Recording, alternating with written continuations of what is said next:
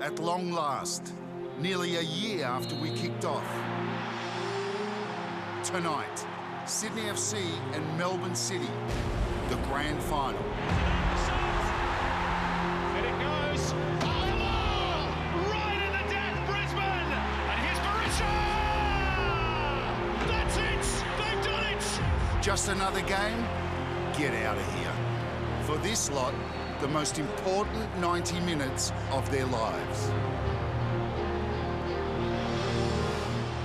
So what does it take to win a championship? That's right, belief. When we won the Premier League with Blackburn, we believed. How we believed. Blackburn Rovers are the champions. In that great gaffer, Kenny Dalglish. In blokes like Alan Shearer, Captain Tim Sherwood and Colin Hendry. Legends who loved pressure. You want pressure? Well, wear that famous red of Manchester. Success isn't expected, it's demanded. Trust me.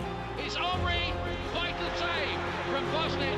With icons like Beckham, York, Scholes, Giggs and Roy Keane, we delivered.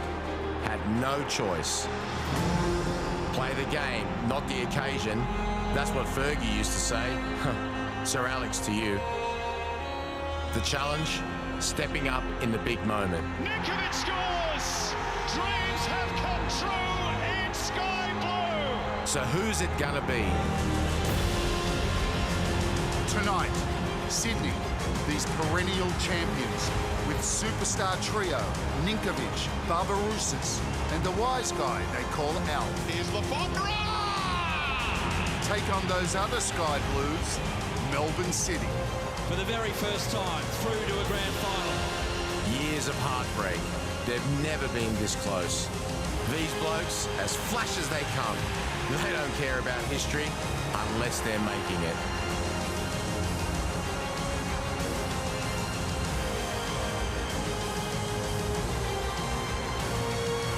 It all comes down to this. Sydney, Melbourne City, the grand final. It has been a long road to get here, but we have finally arrived. And tonight, the two best teams in the league, Sydney FC and Melbourne City, stand on the precipice of making history. Will it be a record-breaking 5th championship for Sydney or a history-making first for Melbourne City? We cannot wait to find out. Hello and welcome to Grand Final Night live on Fox Sports, live from Bankwest Stadium. I'm Tara Rushton. It is great to have your company and to be joined by a couple of folks that know how to get it done when it comes to playing on the biggest stage. Mark Bosnich, Alex Bross, Robbie Slater. Welcome, gents. Good Grand evening, Final Tara, day. Alex, Sydney's Robbie. turned it on for us, haven't they? Well, they have. It's an absolutely fantastic day here in Sydney. We've got the grand final, two of the best teams, as you mentioned, throughout the competition, and we really are looking forward to it. Absolutely. I mean, that intro was spine-tingling. It got me going. I'm sure everyone else watching at home.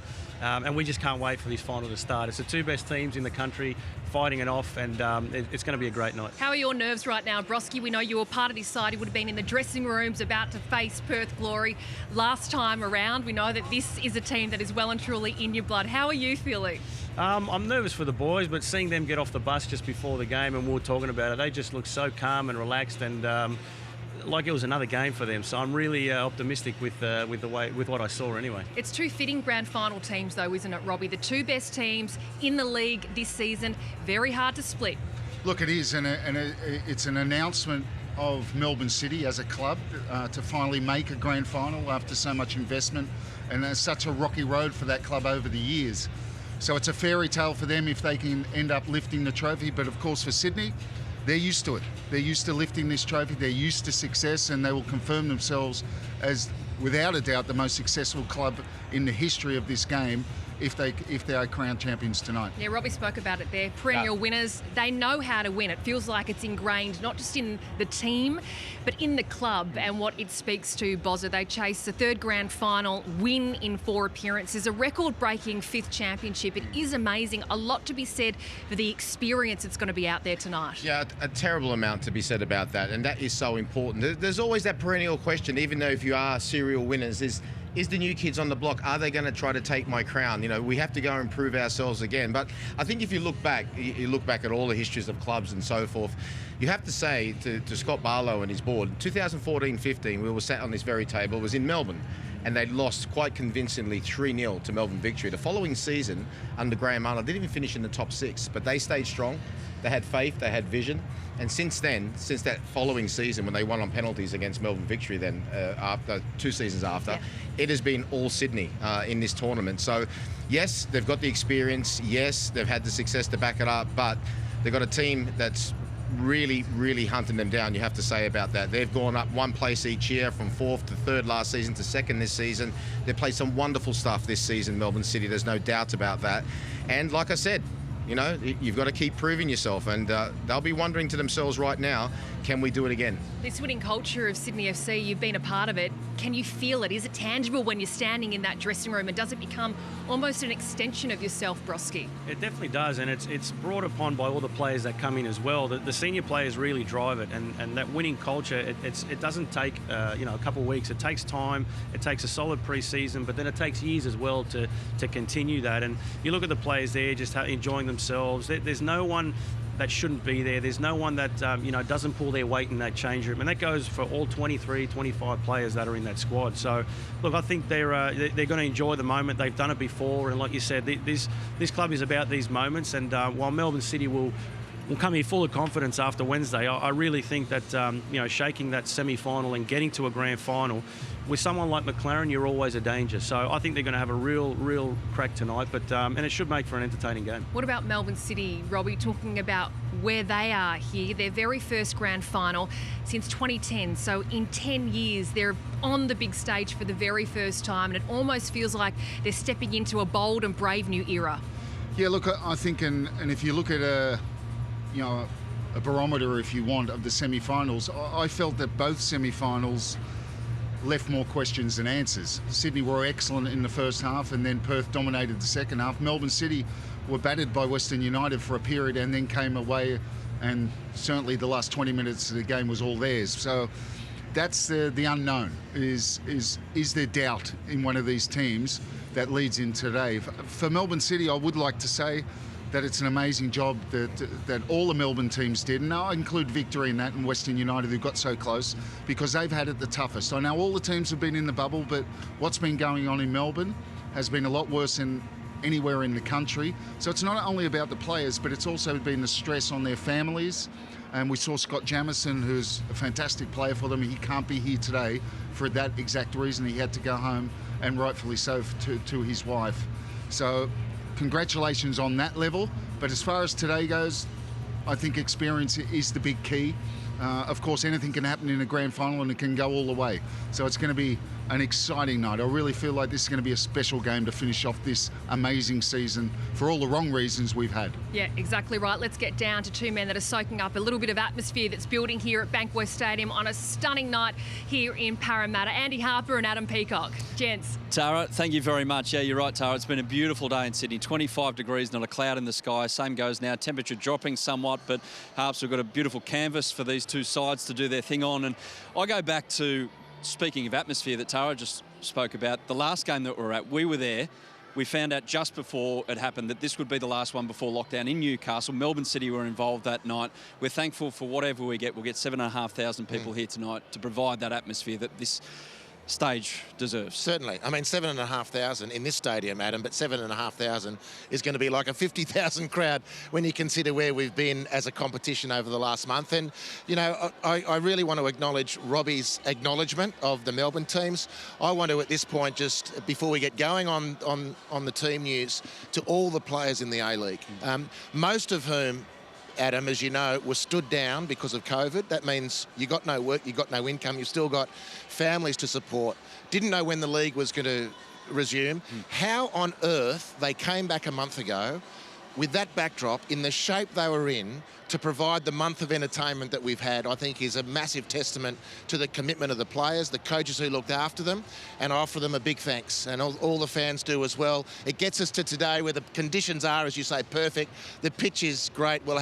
It's as good as a full house with 7,500, and really looking forward to kick off. Let's get into the team news. So Sydney FC, they haven't made a change out of that side that were too good for Perth on Wednesday evening. And the thing about Sydney FC is that big call that Steve Corica made on Wednesday night. Alex Bumyan back to the bench, Palo Retre into the starting lineup. The thought was to give a few more legs, a bit more mileage in the centre of the park. What do you make of this decision for the biggest game of the season? Yeah, well, I would have been more surprised if Bimby elected to bring Bumyan back into the starting lineup, which is not a comment against Alex Bumyan. It's an acknowledgement of the quality of Anthony Caceres. And as I stand here with my 2 feet firmly planted on terra firma, Anthony Caceres has the capacity to be a Joe Marsden medalist. Today could be his day. I thought he was outstanding when Sydney were great midweek in the semi-final. And he's a player who, if he's believed in, and with this selection of him getting the start in the grand final, that's the sort of belief that Caceres needs, I believe, to go to the next level. And I have no qualms at all about that selection. In fact, I'd have gone the other way. If Caceres didn't make the starting lineup, there would have been an inquiry. Yeah, and a massive night for Joel King as well, the young left-back who's played the majority of the season. Michael Zullo, hamstring, not quite right for this match. It was a minor one, but he just misses out Michael Zullo, the left-back. As for Melbourne City, same for the Sky Blues of Melbourne, if you like, as opposed to the Sky Blues of Sydney. No change for Eric Mombert, who we'll hear from in a moment with Tara and the boys. But the big question for Melbourne City is, OK, no changes, but how do they get a change in terms of the performance that we saw? With all due respect to them, they got through the other night against Western United, but they had a few things go their way. Well, that's the important thing. They won a game that they shouldn't have. And that does strange things in a positive sense to a team and a player's mentality and the collective mentality. And I think they'll just be cock-a-hoop to be here. They know all the expectation around the club. Indeed, that expectation comes from within the club. And finally, this group of players have come close to delivering on the expectation. Of course, not signed off until they win the thing. And they've got 90 minutes probably plus or possibly plus to do that. But that's the question about Melbourne City. You know, they were summarily outplayed for the bulk of the game by a wounded Western United, a tired Western United. These are important things. Their defence is very strong. The key for them, which is the key for the game, is Luna to be better and certainly Berengay to be better. He's been excellent in recent times up until the semi-final where he was missing in action badly. So if Mombert can get that tweaked, they're a big show tonight. And the other person who I believe needs to be highlighted is Lachie Wales. Because of his athleticism and the way Melbourne City play, he gets more than his fair share of ball. Yep. And it works really well. It's up to Lachie now on grand final day to deliver an end product consistently. And if Lachie can find that, Melbourne City shortening the money certainly. Provide highlights like his hair. Harps, thank you for that. Look forward to the call with Speedy. And Tara, as I throw it back to you, quick one about Melbourne City. They're wearing the red and white of Melbourne Heart.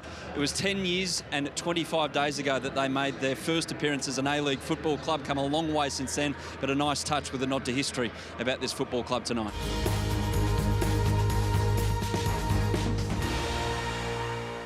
It's Australian football's biggest stage, the 35th National League Grand Final and 15th in the A-League era.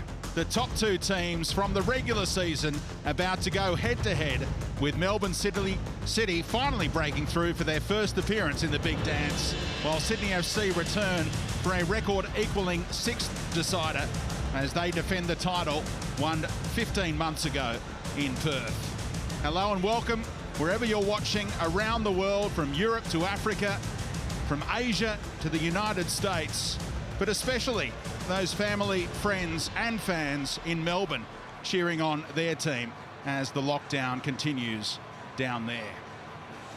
City wearing the club's third strip tonight, a nod to the Melbourne Heart days before the City Group took over in 2014. The red and white striped shirts for a shot at history. The 11th finals match for this club overall. Entered the competition in 2010. And they have the league's leading scorer this season, Jamie McLaren, spearheading the lineup. And Nathaniel Atkinson filling the boots of the captain, Scott Jamieson, who watches on from back in Melbourne after putting family first ahead of the club, understandably, after the arrival of his young son, Cooper. And there is the Sydney boy, Tom Glover, in goal. The biggest game of his career. 3 years with Tottenham in the academy. He is a Sutherland boy from here in Sydney. And he was exceptional in the semi-final on Wednesday night. Both these teams won 2-0 on Wednesday to advance to the big one. What's going through this teenager's mind? 19 years of age, his first grand final at any level. Has not looked out of place with all of that game time in the absence of Michael Zullo. He's right alongside this man in defence.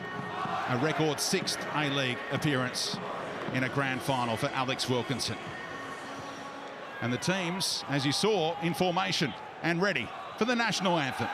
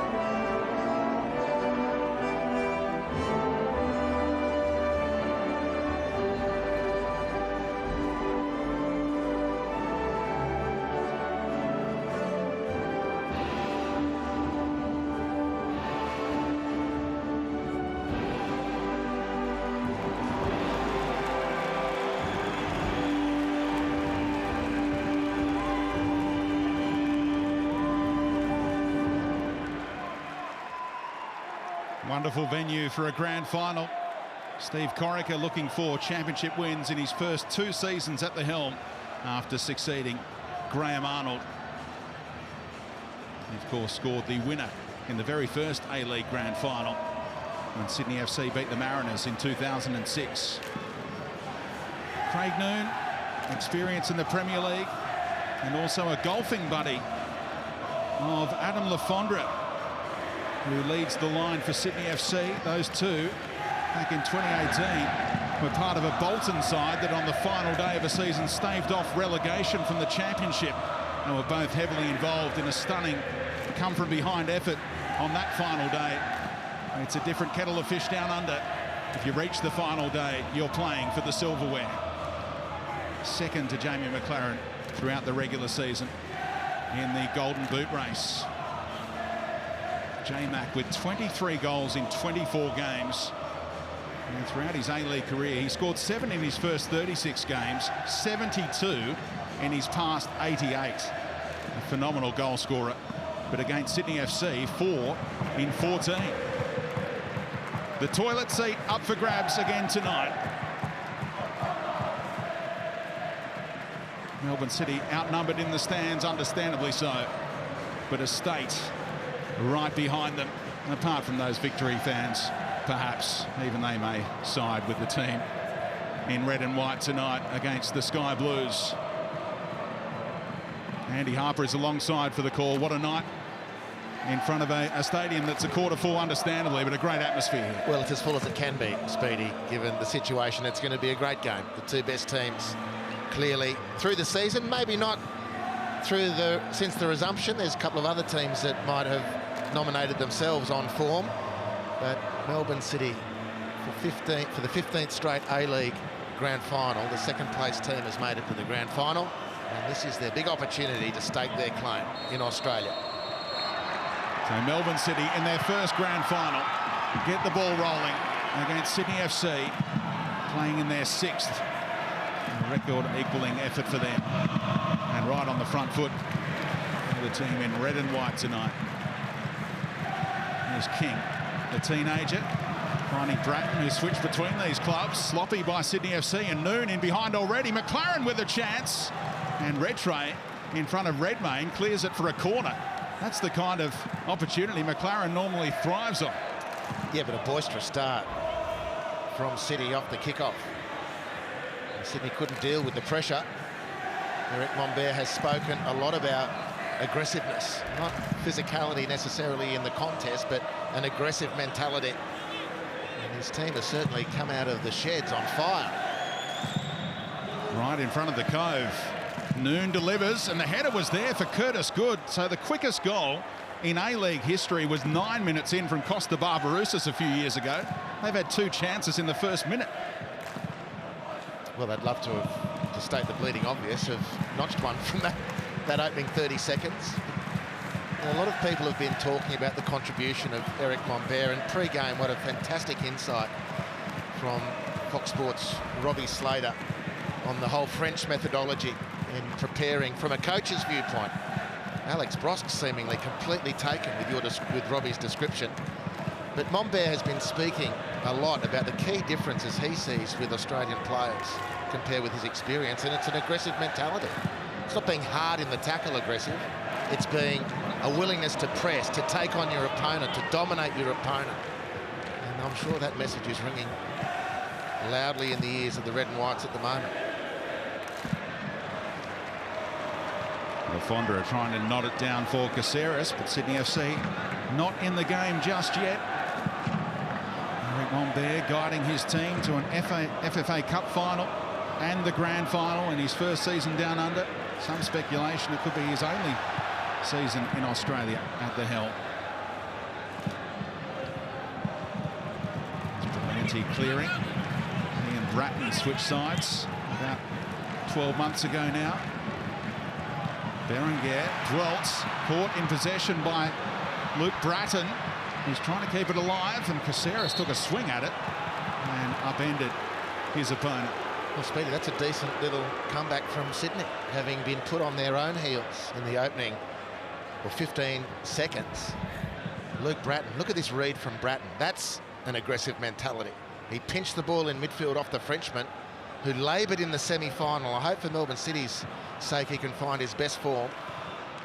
Speaking of, Caceres on fire during the semi-final victory against Perth, but a little bit sluggish on that exchange. Safety first from Wilkinson, who was isolated against Jamie McLaren.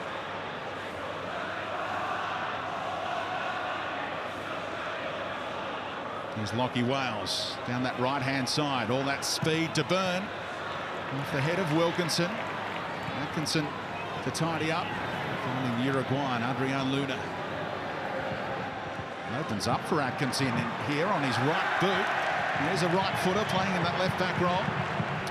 He didn't set himself at all well for that shot, but he got past Anthony Caceres relatively easily in that one-on-one situation. Caceres has shown him inside, which might have been the instruction, but Paolo Retre was nowhere to be seen. And that's a great opening on goal. And I think one way you can split the team, Speedy, Melbourne City, I think, have got a bit more run in them. I look across their lineup and I think, you know, 1 to 11, they're faster across the field if you were to do a relay, put it that way. One of your favourite topics. Half-time foot race. And there's a few in their 30s in the Sydney FC lineup, and of course it's been a short week. Those semi-finals on the Wednesday night. So it could be a factor. The younger legs of Melbourne City. Here's Atkinson again. The state of Tasmania will be behind this young man. Here's Vin Bickler, the Austrian.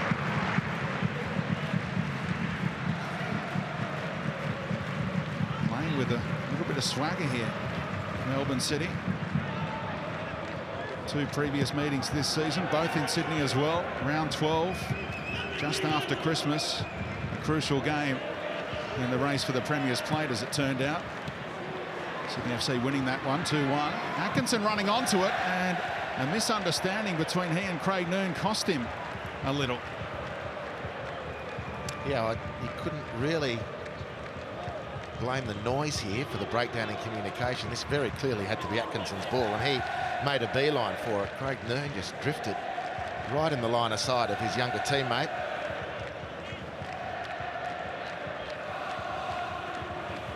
The other meeting Came in round 27. Melbourne City won that 2-0. Noon and McLaren with the goals on that occasion. Andrew Redmayne taking a long time to take this goal kick. Robbie Slater is alongside us in the commentary box. What are you making of these first 6 minutes? Yeah, well, frantic. Great tempo to the game. We've seen that since the comeback over the last month. Melbourne City have definitely started the better, and I think Harps makes a good point that, you know, they've got more legs in them. There's no doubt about it. Sydney are going to have to play with a bit of guile.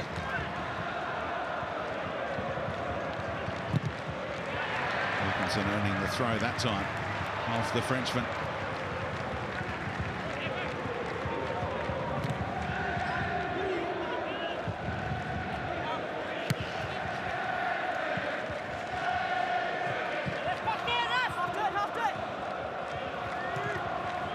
Caceres, a former Melbourne City player.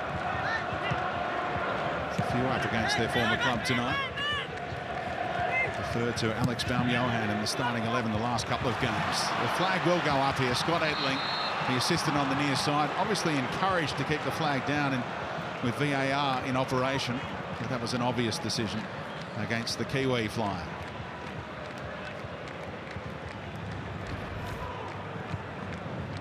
Well, it's an important little exchange for Sydney to work through that really tight area, because Melbourne City are really pressing the space nicely.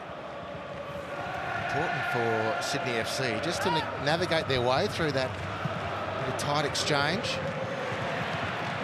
Again, it's Bratton, who left Melbourne City after the end of last season, reading their intent early on, winning it back in the opposition half a couple of times.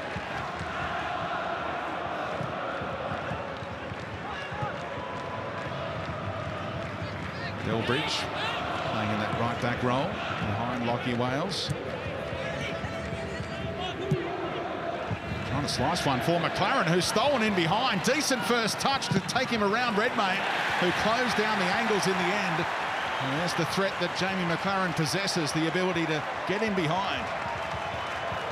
Well, Jamie McLaren over the years has really impressed and improved as an aerial threat. But I reckon the ball here, straight over the top, Wilkinson beaten, that's a first-time nod. If he looks at that again, I reckon he'll be thinking, I should have backed my instinct. He played a little bit safety first, you can understand it, I guess. Wonderful opportunity, beautiful ball from Harrison Delbridge. In behind the Sydney defence. So you're thinking lob it over the advanced keeper? First-time header. Redmayne's in no man's land. You get a good contact on that header. It's 1-0 Melbourne City.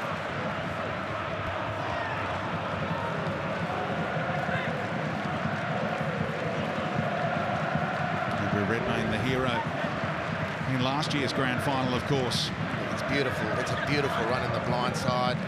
Bit of chin music in the end. Credit to Redmayne for recovering so well.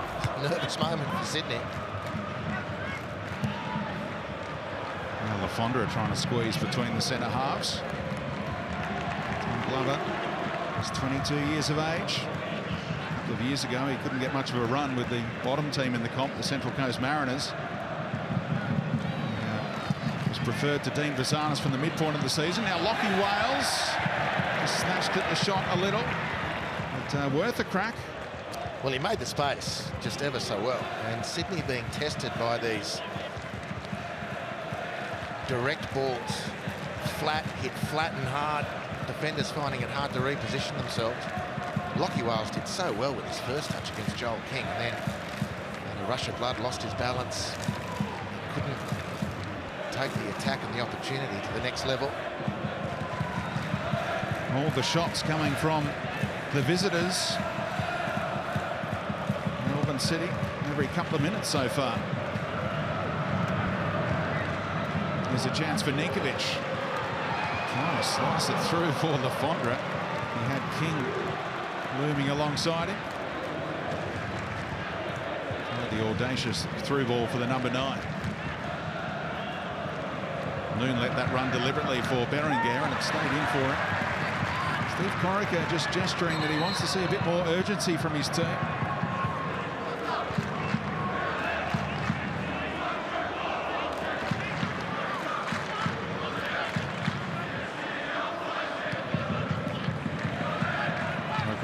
Caceres.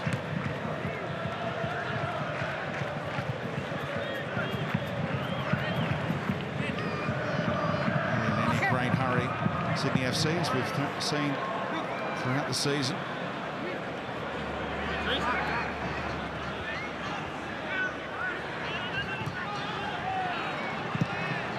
Oh, good one from Redmayne. Spin towards Craig Noon. So a few nervy signs from Sydney FC. Who've been there, done that before, most of them. Redmayne on the bench for Brisbane a couple of times. Played for the Wanderers in the 2016 decider. And the hero against Perth in the penalty shootout in 2019. Bratton leading the way so far for Sydney FC.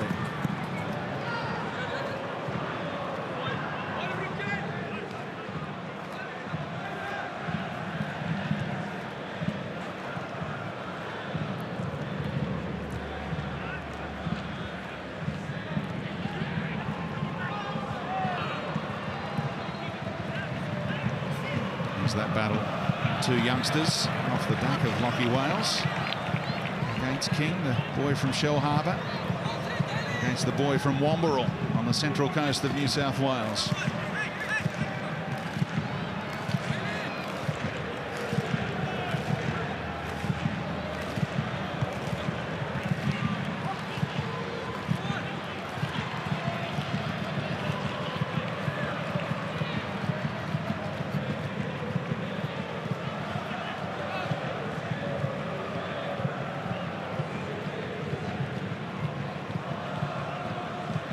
Good, slid it through the legs of Barbarouses, who threw his head back in frustration.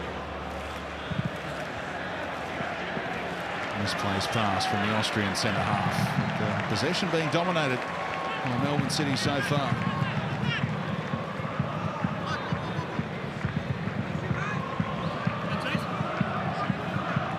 Eventually, Barbarouses presented for Ryan Grant.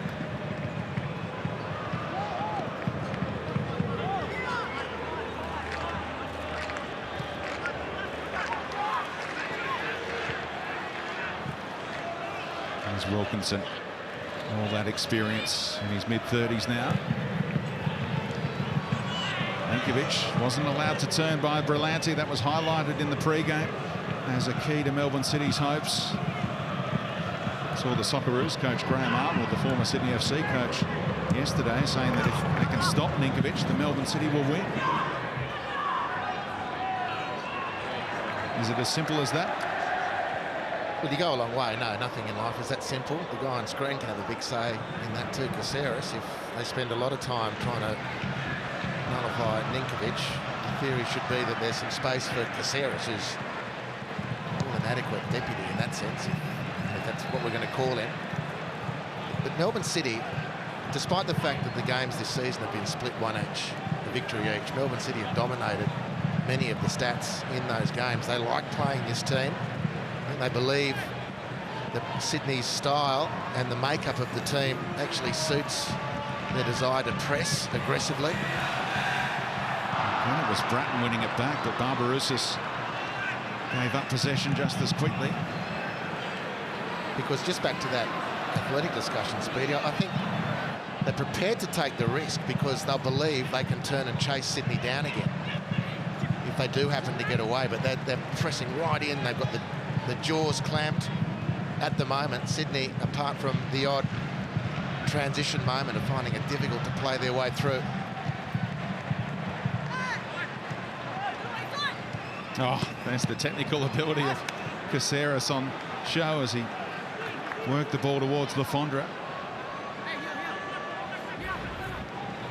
And this is what it's going to take if Melbourne City keep the press on. Ninkovic and Caceres with the skill to break up the trap.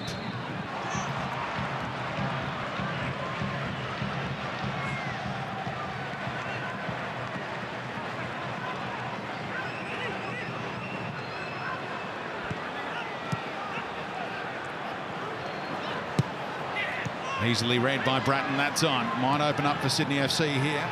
Mistake by Curtis Good, who's in the road his experience in cup finals, the FFA Cup final last October, and also in England when he made the final of the Carling Cup. He was hoping for a better night than that one. Dragged at half-time, 5-0 loss for Bradford City against Swansea City. Grant just left a little in on Florent Berenguer there. Yeah, his touch was a bit heavy. And Sydney haven't really settled as well as they need to. The pressure from Melbourne City is a big contributor. Some of the players touched just a little bit off in the face of that pressure.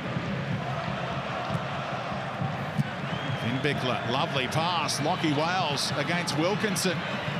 And he teases it across for Craig Noon, who takes the touch. And in the end, nearly rolled it home, but McGowan was there to back up his goalkeeper. They hesitated a couple of times there, Melbourne City, and the opportunity was lost in the end. Well, he nearly got away with it, Craig Noon. But for all money, after the beautiful setup from Lachie Wales, and Finn Bickler reads that delightfully. The first time pass to Wales was superb. Lockie's setup was excellent. And I think everyone watching was expecting Craig Noon just to step through that with his left foot. That, it seemed to me, was the big opportunity. But they come again, Melbourne City. Berenguer pounces this time. Late run from Luna. Noon looking at McLaren on the edge of the area. Here's a chance for Delbridge! What a moment for Melbourne City! In their first grand final, they lead 17 minutes in.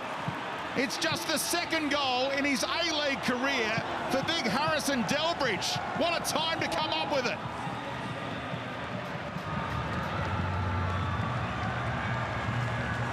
Well, the pressure, early pressure, has paid off. A wonderful start from Melbourne City. And it's the former Appalachian State mountaineer who's taken the first step in climbing the A-League summit here at Bankwest. Beautiful setup. The miss hit there, it's true, and the deflection was fortunate for Melbourne City, but it falls to the left foot of Harrison Delbridge. This uncelebrated hero of this Melbourne team gives City the lead here in the grand final. Well, it's a brilliant attack. Craig Noon involved again. He had a big chance just before, and lethargic Sydney punished here. This actually goes through the legs there of that Sydney defender, and I wonder if that deceived a little bit the goalkeeper, but they're checking something speedy. Yeah, he's been summoned to look at Lachie Wales obstructing the view of Redmayne there. The ball doesn't come via Lachie Wales, but is he obstructing the view of the number one? Mark Bosnich, your thoughts here? This is going to be a very tough decision. He's having to look at it literally a metre away right now. If you look at it right there, he's directly in front of Redmayne. There's no doubt about that. It could be argued so are the Sydney players to a lesser extent, but if you watch here, just as he strikes, he's directly in front of him. So Chris Griffiths-Jones back in the VAR centre said, Chris Beath, just come over and look at the monitor now and we'll weigh it all up. Big decision in his first grand final for Chris Beath. And I think it's going to be ruled out here. It's no goal for Harrison Delbridge. We're still goalless. Very similar time to when Sydney FC had one ruled out last year. Indeed. Well, the Mountaineer is back at base camp. And the party at Hermosa Beach in California has just gone quiet.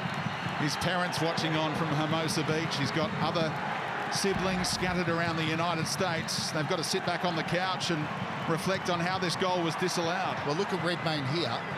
He does go down late, doesn't he? So it does suggest that his vision is impaired. They're very lucky, Sydney. I must say that, because Melbourne City deserve to be ahead. Yeah, I agree with Robbie. However, it was fortunate that it ended up with Delbridge in the first place. It was a deflection. The better team has come up short in the early exchanges. Great pressure from Melbourne City. And you could see Steve Corica in the technical area using this as an opportunity to get right up his team. You blokes wake up. We're coming second in this race at the moment, and we're going to lose this game early on if you don't pick yourselves up. It was well summed up immediately by the former goalkeeper extraordinaire watching on, Mark Bosnich, who sensed it was going to be disallowed. Adam Peacock is down there as well.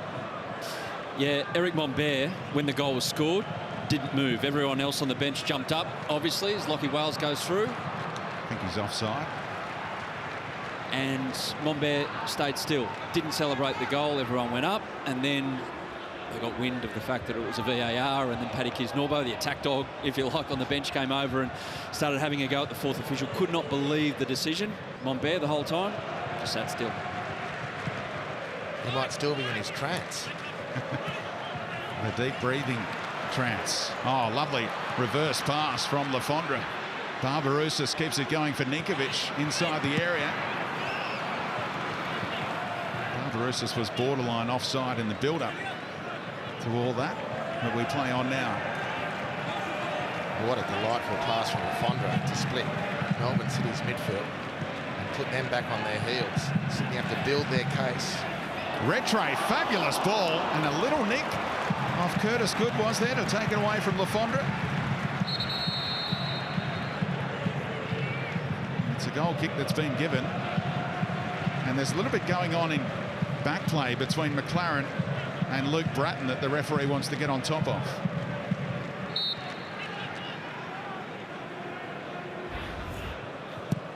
Well, he's fired this one in, Paolo Rattray. Just when you need Mark Haitley, you've got Alan Lafondra. But it was a beautiful opportunity otherwise, and again, Sydney have been forced a couple of times now, and they've taken that opportunity just to make a little statement for themselves. Evidently rattled by this barnstorming opening from Melbourne City. Very important that Sydney just keep chipping away and get these little shots across the bow to re-establish some sort of momentum. Wilkinson able to get there in time to play it out off Adrian Luna. His wife and daughter watching on back in Mexico. He'll be back there as soon as possible after this grand final. A lot of players will be jetting off. McGowan back to Scotland, where his family watches on. Midway through the first half, Mark Bosnich, what are you making of it all? Yeah, good evening to you all. A fantastic start from Melbourne City. They've basically taken over where they left off 2 weeks ago at ANZ Stadium against Sydney. What they're doing, which they didn't do as well on Wednesday night, they're completely outnumbering City in that midfield. Whether it be Atkinson, even sometimes Delbridge, or Wales or Noon, they're coming into midfielders, making outnumbering Sydney in that midfield. Costa Barbarouses is going to, all Lafondra are going to have to come back and help them. And now McLaren's ball in. He got in behind very easily. They're looking so sharp here, City. Their fans must be so excited. Atkinson prevents a goal kick and lost out in the end. Sydney FC had the numbers. Caceres helping out Ryan Grant. What can Barbarouses do here? Vindicler backs off, and it's on here. A better pass, maybe to Ninkovic instead of Lafondra, and they were through on goal. That's the warning for Melbourne City. Very nearly opened up there. Yeah, indeed, and a difference, another one that's already emerging. Melbourne City, when they've had that open field opportunity approaching the final third, have so far picked the right option. Lockie Wales a couple of times, Craig Noon. Sydney, not so, and that was a great example there. Costa Barbarouses with two excellent passing options, and he couldn't find either. Bratton didn't waste any time with the free kick. Saw the open spaces on that left-hand side.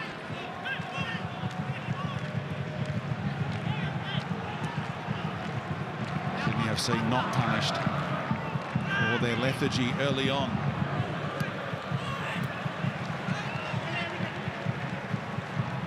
Wilkinson into the centre circle for Caceres, who has Good in his back now.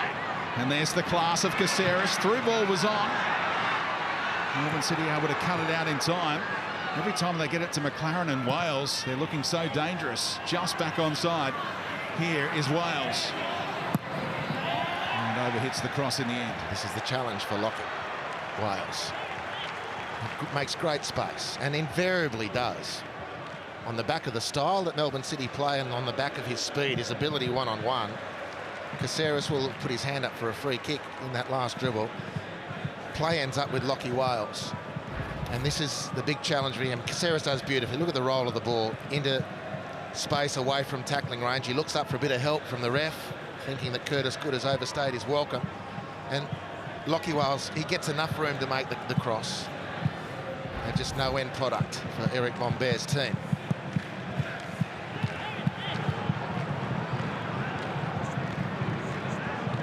Barbarouses. Ninkovic brought it down for him. It's all very narrow here. Bratton looking to open up the pitch and does so intelligently. King couldn't squeeze it around the corner to Lafondra.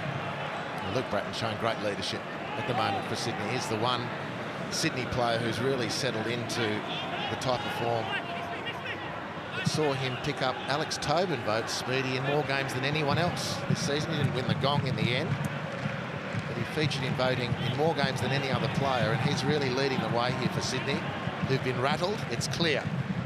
The great player that Luke Bratton is doing his best to steady the ship. He's a former Johnny Warren medalist, Milos Ninkovic. Rattray back to Bratton. Closed down in time by Luna. Really dropping deep here, Melbourne City.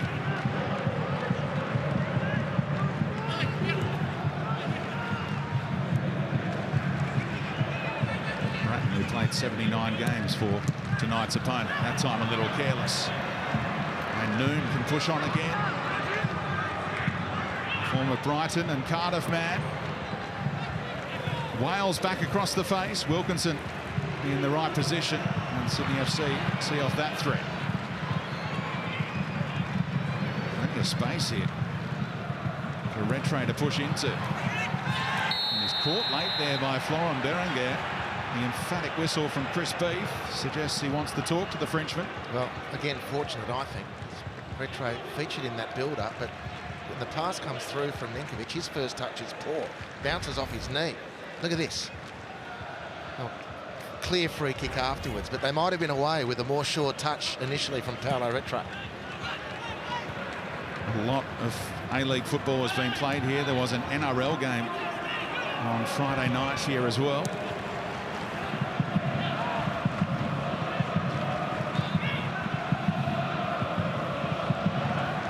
Pitch is a bit patchy in places.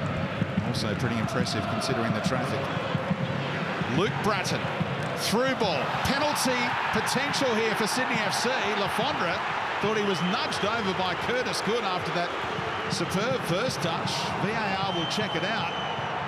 But no joy on the spot kick front yet. What a beautiful ball it was. Lafondra stopped as though trying to milk a penalty in the opinion of the referee. We'll see the replays at the next stoppage. Another talking point in the opening half hour of this grand final.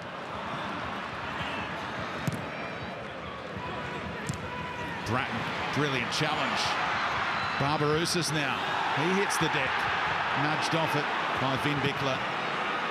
And the Austrian clears his line. Suddenly Sydney FC are turning up the heat. Well, good pressure. And before we get to the replay, the big question I think most people have watching it, beautiful pass from Bratton, great touch from Lafondra. Why would he go down?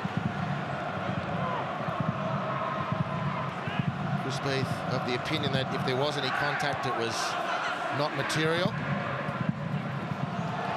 And the step over works out for Barbarouses.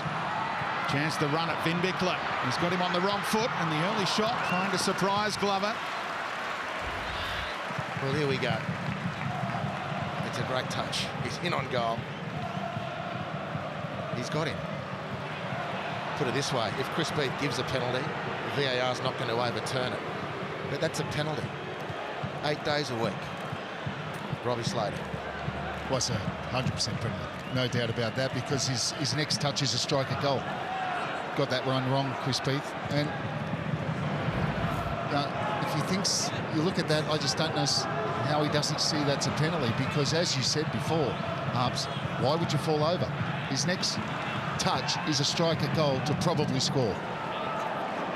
But anyway, back to the game. Melbourne City's blistering start has come off us somewhat, and I think the key to that has been Luke Bratton in the middle of the park. He's really started to get on the ball, and Sydney have been better in the challenges. And of course that's normal for Melbourne City, because it takes a lot of energy to press how they did for 20 minutes. So terrific game.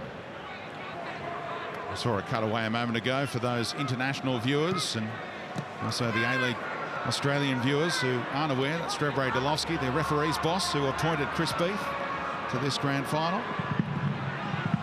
he'll be backing up that decision, I'm sure, as Delbridge delivers deep, and Grant had to play at it to concede the corner. Good defensive header from Ryan Grant. Beautiful pass from Luke Bratton. Well, Adam Lafondra has beaten Curtis Good with his starting position. Luke Bratton's beaten them with his pass. Lafondra beats him then with his touch. And the referee's boss, Strebdolowski, takes a deep one. Bozza, quick thoughts? No penalty for me, no penalty. And a quick thoughts on why no penalty?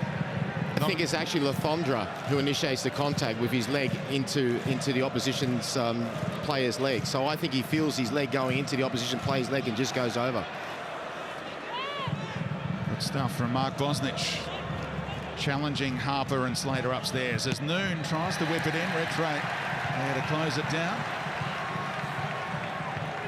Those don't tickle.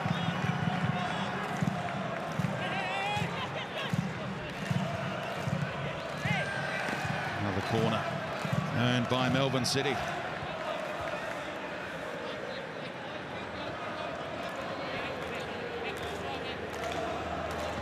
Adam Lafondra had a goal chalked off in last year's grand final in the first half. Ruled out by the assistant at the time and not overruled by VAR. As Noon delivers. Safety first from Barbarouses to clear into enemy territory.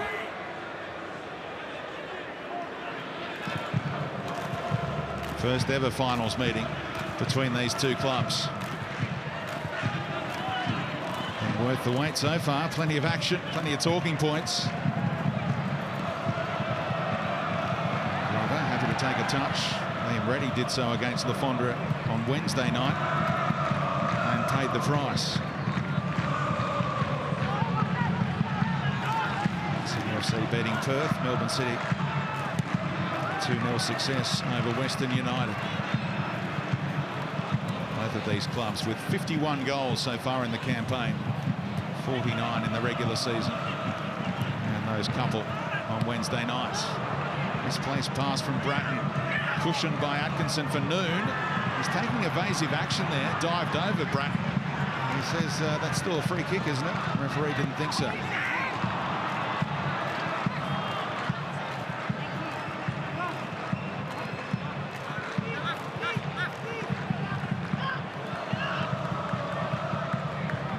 Craig Noon, the Scouser, with some advice for the referee.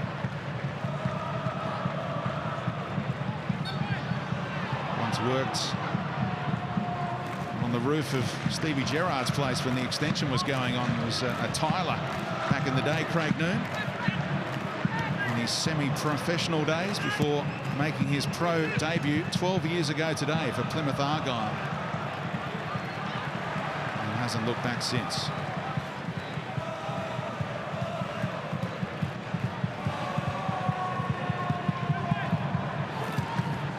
Distribution from Redmayne. Caceres was crowded out of it. Very well prepared, aren't they, Melbourne City? Able to get those double teams going to win back possession on many an occasion so far.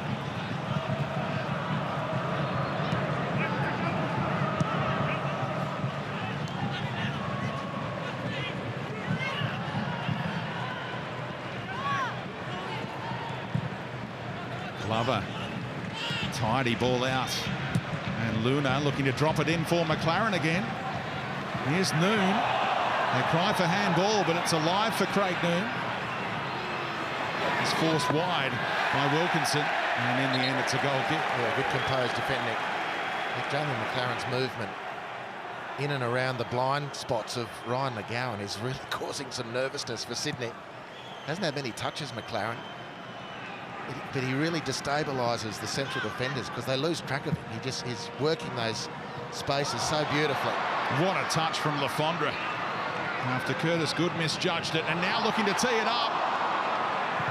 And on the follow-up, he had a chance. Well, Costa Barbarouses has scored in a couple of grand finals. Lafondra nearly set him up for a third grand final goal. Well, it was a beautiful touch and turn. And in the frantic culmination of this opportunity, Lafondra didn't see Ninkovic bearing down on the back post. It's good defending from Delbridge. Doesn't quite come into frame there. Well done from Delbridge onto Barbarouses. And volley that came the way of Lafondra. He goes for goal, completely understandably, but looming on the far post, unmarked, was Miloš Ninković.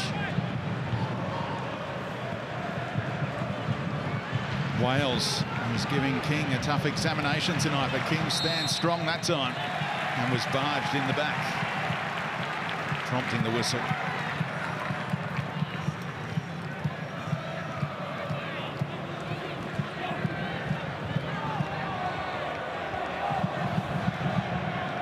Wales, who grew up in a rugby league family, used to go head-to-head in the backyard with current West Tigers hooker Jacob Little.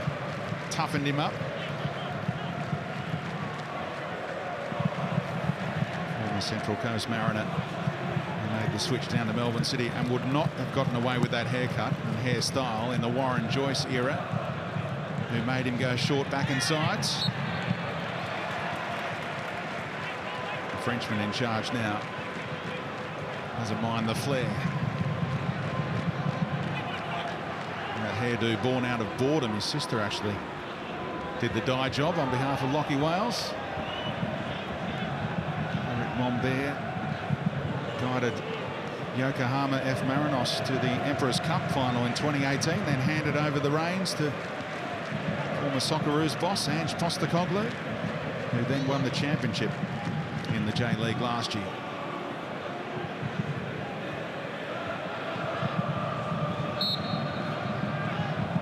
Bratton drives at him. Atkinson getting down low. Rattray finding Ryan Grant. There's numbers forward after the set piece. Caceres. Little jink. Little sway of the body, and now he's into the area. Caceres couldn't find an avenue across the face. Curtis Good on the stretch. Works it back to Rattray. Delbridge on hand again.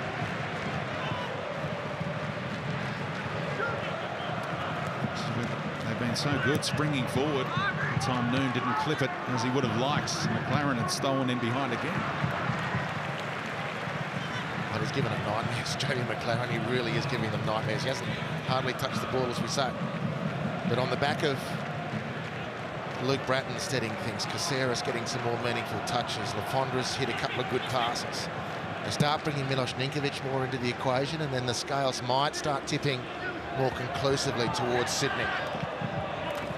Melbourne City have put on a great 38 minutes so far.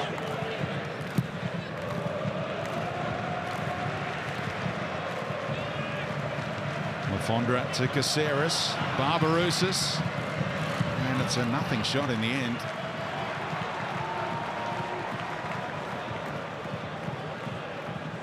Kiwi looking to become the first man to win championships with 3 different clubs.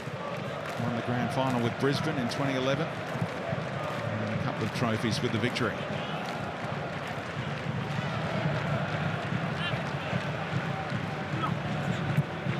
Luna searching long. Noon this time in behind.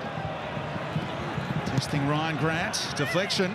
And McLaren tried to get across the face of McGowan. He handled it though. Pretty quick to appeal for the handball too, weren't they? Sharp work again. A correct decision. It was clearly a handball, but sharp work from Noon. He's looked much better tonight. He was a bit of a shadow of his normal self semi-final night, but he's looked very dangerous tonight. McLaren nipping in front of Ryan McGowan. You talked about getting on the blind side of defenders. That's something that Jamie McLaren says that Johnny Aloisi worked so hard with him on. Yeah. There's the handball. Thank goodness, says McGowan. But he takes up those positions, level and outside defenders. As soon as they've looked away at where the ball is, he's gone again. And it takes them a couple more looks to find it. Oftentimes by then it's too late. Well defended by King. Little nudge from Ninković. Fans thought it was just the use of the body. Fondra with a little nibble at the heels of Berenguer.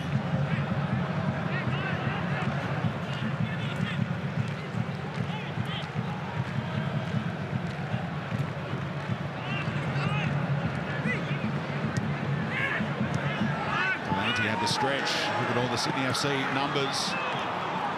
Atkinson just held things up for a while. Delbridge into the back.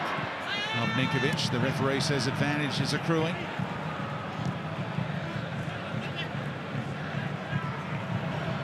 Ninkovic, Caceres. Those two technicians playing in the two number 10 roles for Sydney FC.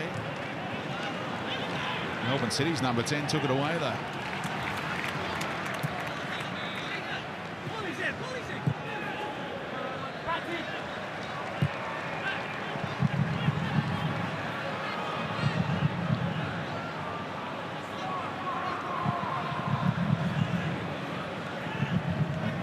Bickler nodding it down for Delbridge, who, if you joined us late, found the back of the net. Celebrations followed. His goal was ruled out by VAR. This man, Lockie Wales, obstructing the goalkeeper's view of the strike from Delbridge. We'll analyse that in the halftime show coming up. McGowan taking the game on. Still McGowan with a history of goals in big cup finals in China and Scotland. Grant delivers, and Vin Bickler, who looks a little gassed, able to head clear. Well, a committed burst and a telling burst from McGowan. Once he got through that last line, the second last line, probably lost a little bit of belief. Forced his way through and created a good situation for Sydney. Trey's first touch put him under pressure, but he worked his way out of a dangerous situation. And King had an option for an easy ball down the line. Missed Lafondra in the middle.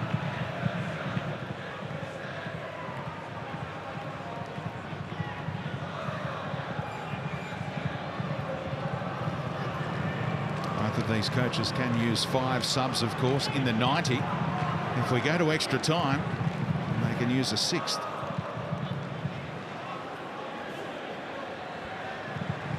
Sydney FC with a 4-1 record in grand finals. Only once have they won it in the 90. 3 times they've won it in shootouts.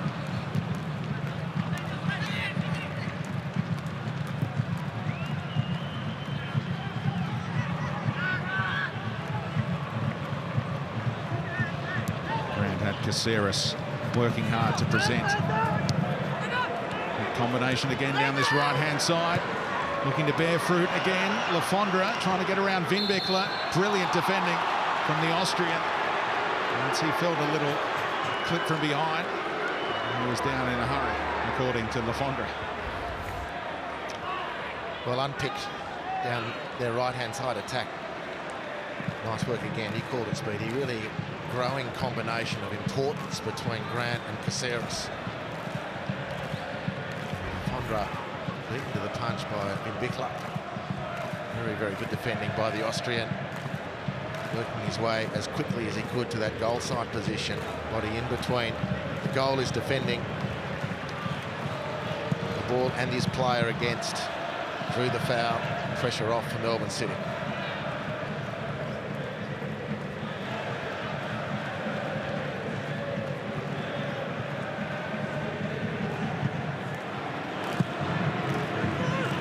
This might curl in for Berenguer. Sydney FC switched off a little. Last touch off who? It's the Frenchman who thought he'd earned a corner. The referee said goal kick. Well, that might have been a corner as well for Melbourne City. Luke Bratton either didn't communicate adequately or just couldn't foot it with Berenguer. Ryan Grant's come to the touchline to pick up Craig Noon. The space in behind was vacant. The Frenchman runs into it.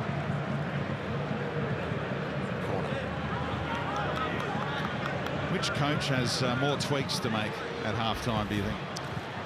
No, I think it's emerged over the half as a pretty even contest. If you Melbourne City is still feeling, in my opinion, pretty confident with your output, how you've been able to nullify Sydney to large degrees through the course of the first half. The worry for them is that as we approach half-time, Sydney have actually started to find some football. And Steve Corica will be heartened that the sluggishness, if you can call it that, of the start to the match seems to have gone. They've got to keep their eyes on McLaren. He's buzzing around dangerously. The Golden Boot winner. Caceres again. A nice little montage of his skill set.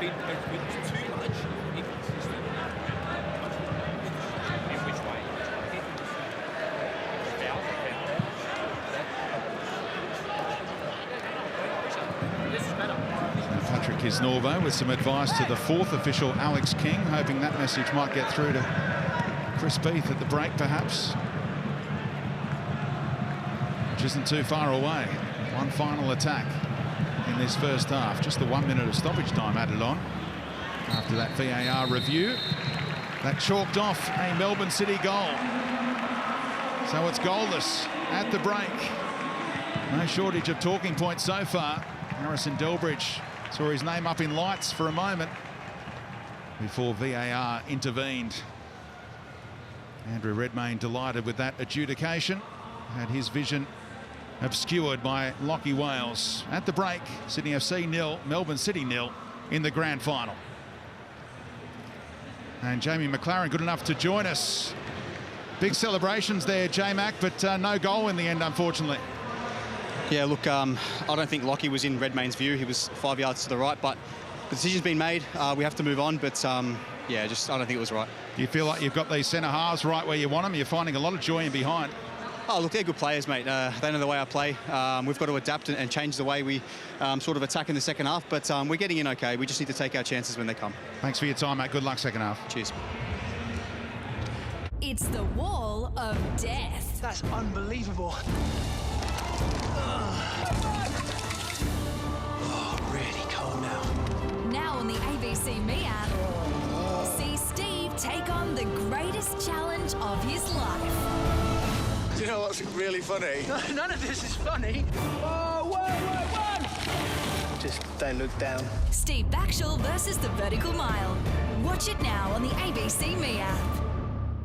5, 4, 3, 2, 1. Here we go. Launch into action with new Thunderbirds, the one and only Missions, Chaos. Danger, Here comes chaos. and Sweet Rides. Now we're really moving. International rescue ain't easy. I don't do easy. But someone's got to do it. Thunderbirds are go. Watch it now on the ABC Me app.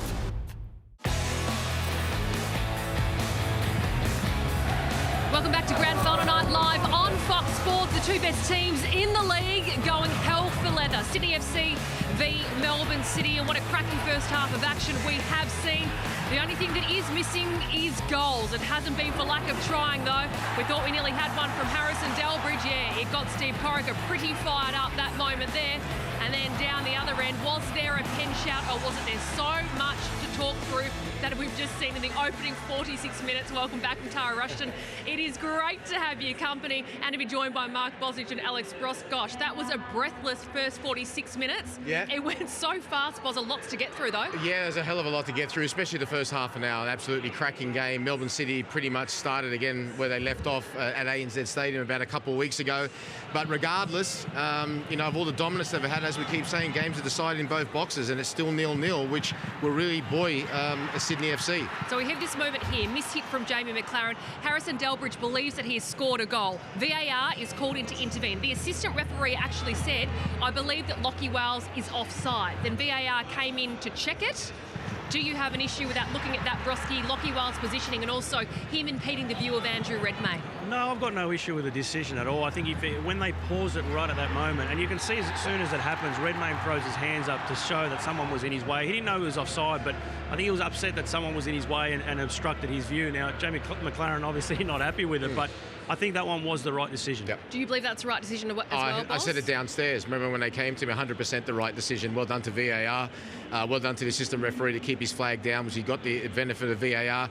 Look, if you're if you're in an offside position and not interfering with play, that's one thing, no problem. But if you're impeding the vision of the goalkeeper or stopping the defending side from stopping the goal, and you're in an offside position, it's offside. So great decision. Eye-catching start from Melbourne City, from the team in the sheds there that we can see in the red and white. Be interesting to see how Jamie McLaren reacts in this second half to that moment where Harrison Delbridge's goal was chalked off.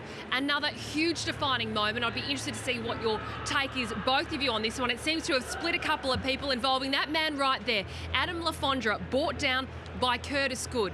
No penalty. Chris Beath said play on. Broski, what did you think? Look, when I saw it live, I thought 100% pen. But then when I've seen the replays, it looks like, and being a striker myself, it looks like Alfie planted his feet to initiate contact and wait for the defender to bump into him, and it didn't really happen. So I think to overturn the referee's decision is probably a bit much. I'm happy with the no penalty. And this is coming from a former Sydney FC player as well. It's also coming from a former striker, and I know that I would have dived as well. So, Bossa, what about for you? Yeah, I said downstairs pretty much exactly what Broski said. No penalty for me. Completely the right decision. I think it was Alfie Lafondra who initiated contact by sticking his foot right into Vin Bickler and making sure he went over. And as Broski said, he knows strikers. I know players who can trip themselves up and make it look like a penalty. I think in that instance, like I said, they got it 100% right once again.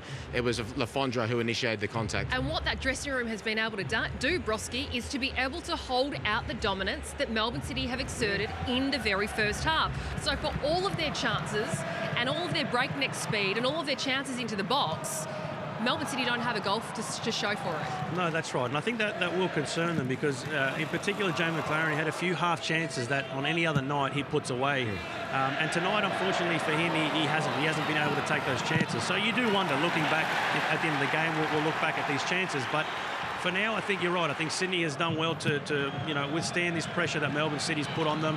I think they're looking great on the counter. They're knocking balls in behind to both Noon, to Jamie McLaren, and they're getting in behind pretty well. So I think Sydney have been able to withstand that quite well and create their own chances as the half wore on.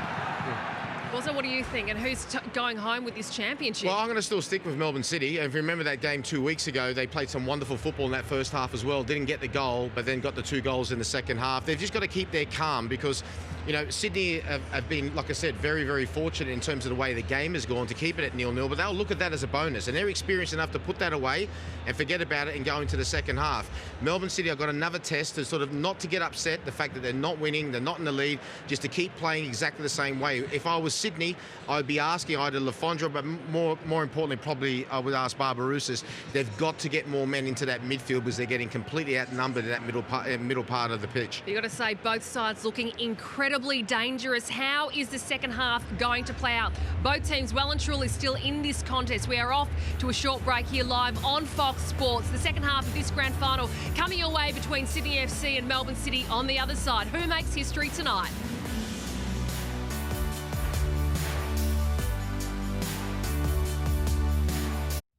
Tomorrow, they're unlocked. What? And loaded. That's a lot of money. Think of all the makeup I could buy. Oh my gosh. Straight after this, we're going to the servo. I'm going to buy some mixed lollies.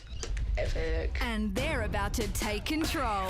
Money, money, money. Are you ready to become the boss? Definitely. I'm going to cut Mum's spending in half. With family budgets to nail. Less petrol, less money on shopping. Or fail. What about coffee? Are you going to let us have coffee? No. I think we're going to be in trouble. They have the money. Oh, yeah. They have the power. These teens are about to show their families who's boss. Teenage Boss returns tomorrow, 6:30 on ABC Me. What's up, TNS lovers? Your fave dance crew are ready to turn it up. Chills. I have chills. Bring it. New episodes of The Next Step start Saturday on ABC Me.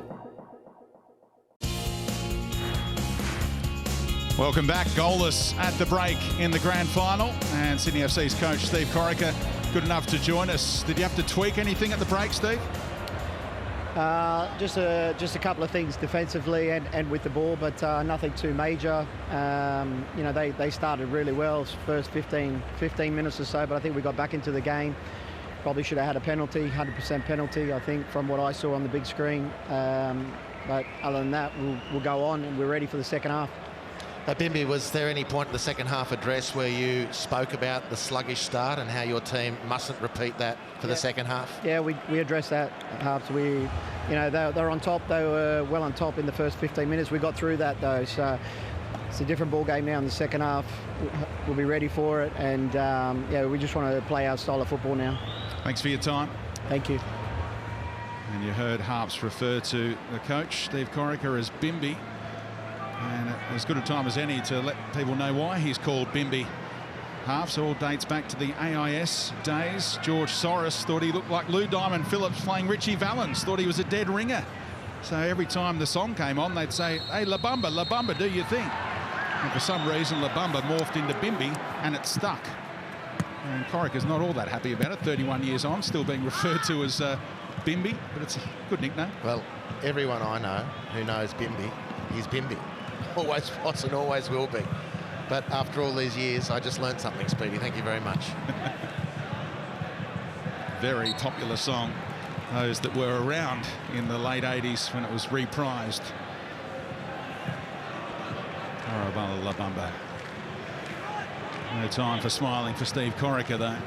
Game face is on. His team certainly worked their way back into the contest, and as he said, he's on Robbie Slater's page. A 100% penalty was turned down. And Lafondra took a tumble inside the area.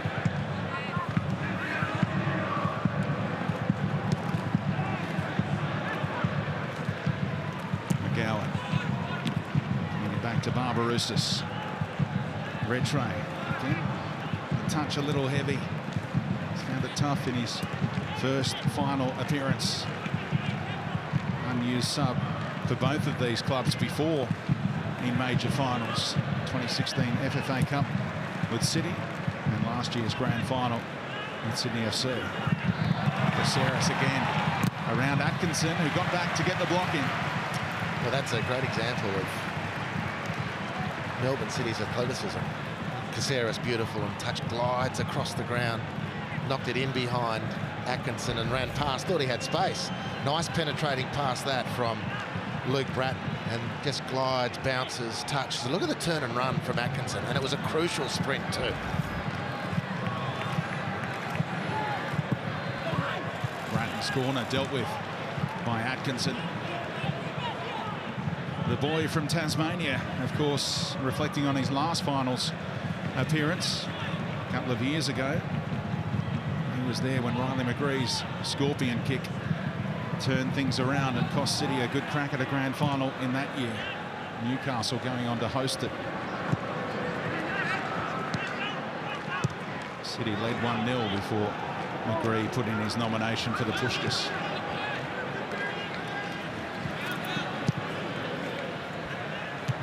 Berenguer, clever header to Noon.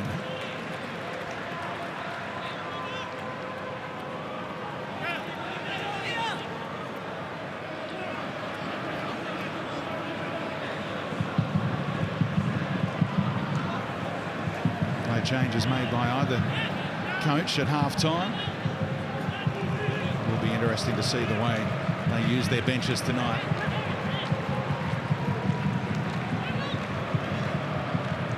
See a few more options. Alex Baum-Johan has been a regular starter throughout the season. Chance to replace a Caceres or a Rattray as this half goes on, perhaps. Ninkovic as well.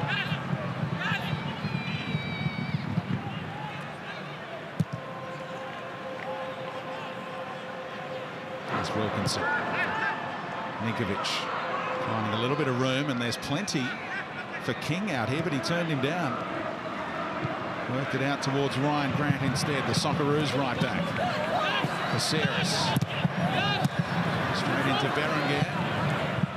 Nice defensive work from the Frenchman.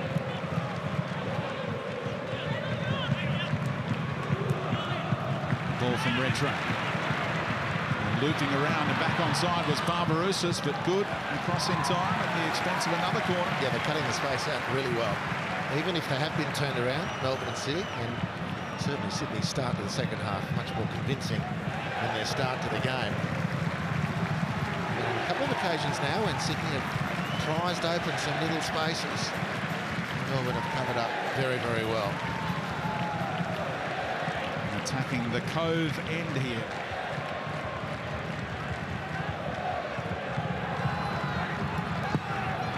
Bratton's corner. Ninkovic. I don't see him get on the end of things aerially too often. Flashed across the face. And McGowan just checking out Lachie Wales' welfare after that tangle. Well, that's a dangerous corner. Plenty of curl, and Ninkovic not renowned for his aerial prowess. But it's good space for the Serbian maestro. This sort of space he's used to using, or not with that type of opportunity. McGowan looking to pounce. And Lachie Wales very, very diligent. Releasing the ball out.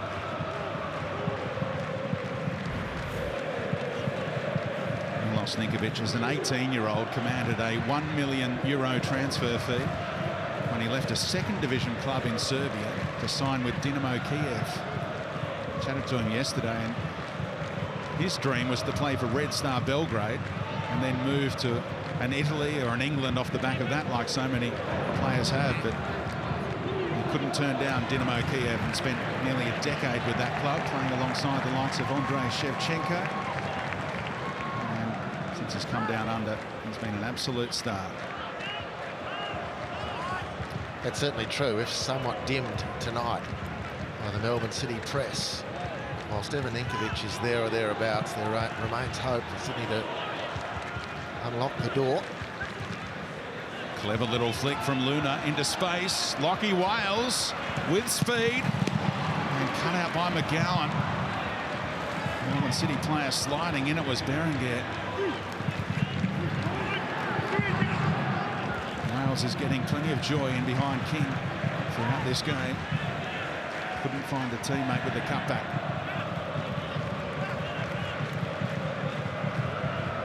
Looking his way again, but not quite the radar on, although Atkinson says Wales should have been coming in on that angle and getting on the end of that one.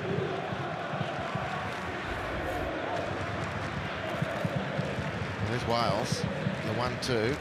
Joel King is attracted to the ball, which is not unreasonable. It's Ninkovic who couldn't go with Wales, and it's really a positive opportunity deep into Sydney's territory. Wales sliding the ball through, hoping probably for McLaren to be on the end of it.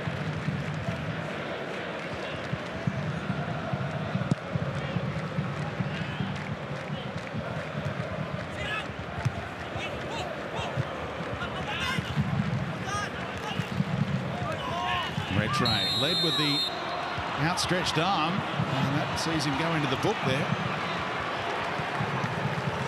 Rhyan Luna going down. Chris Beath had a great view of it. Didn't like the way that Paolo Rattray went about it. To me, this is a good lead.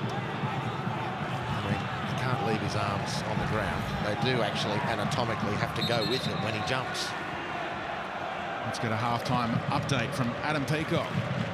Yeah, Speedy, from the Sydney side of things, I know you spoke to Steve Corica and he said, yeah, we'll try to tweak a few things with and without the ball. I'm speaking to one of his staff, I won't dob him in, but saying that just in the middle of the park, they need a bit more composure on the ball. Luke Bratton, Paolo Rattray, when they're trying to play out, when they're trying to link up with players forward of them. From the Melbourne City side of things, Paddy Kuznorbo and the Melbourne City coaching staff early in the game made it aware to Curtis Good and Harrison Delbridge, keep going right to Lachie, keep going right to Lachie. And early signs are with that big chance that Lachie Wales had going into the box that nothing much has changed. They're really looking to attack Joel King, and they like that matchup with Lachie Wales.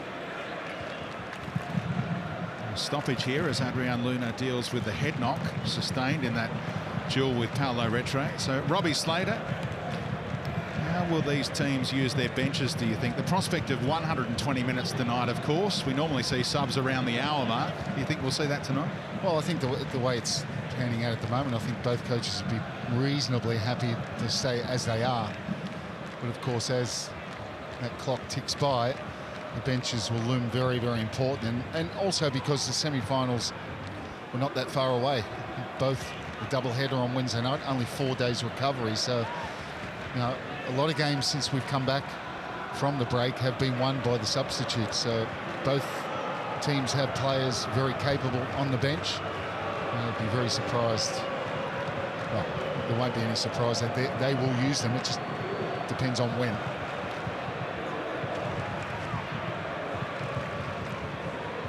Former teammates talking it over. Luke Bratton still Gets along with a lot of the Melbourne City players, understandably. And he went the other way. Still great mates with many of those in sky blue. An interested spectator tonight is the Socceroos coach, Graham Arnold, in the house. Also the Olyroos coach, successfully guided Australia to next year's Olympics. And getting a hand, the former Sydney FC coach, as he appeared on the big screen there. But Nathaniel Atkinson, he was banned, and so was this guy at Olyroos level. But that ban has been lifted, so they're looking to impress Graham Arnold and become Olympians next year. Tom Glover, big chance that he'll be in goal, first choice goalkeeper, unless Arnie goes for a more experienced overage player in goal. He's got that connection with Matty Rhyan, of course. So an 18-man squad that Arnie will have to come up with to go to Japan. Let's hope that goes ahead in 2021. Indeed. Now, Speedy, were you running the clock on that Luna stop? It took a long, long time. And here he is going for another aerial duel against Wilkinson. And the referee says, yep, free kick for you, raising the arm this time.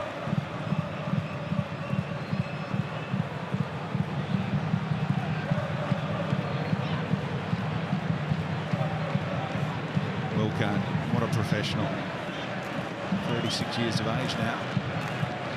He was the party pooper for Melbourne Heart on their opening night. Scored the only goal as the Central Coast Mariners left with all 3 points a decade ago this month.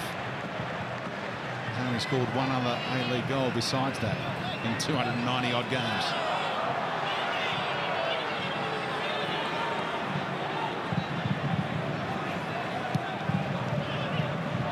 Redray brought it down for Bratton. Deft little pass over the top, and Barbarousis able to make it work ahead of Berlanti. Well, that's a really important little effort, that from Costa Barbarousis. That's what Melbourne City have been doing to Sydney all night. Pressurising the player to whom the ball is going. Berlanti's been so safe most of the night. Barbarousis nipped in and wins this throw in deep.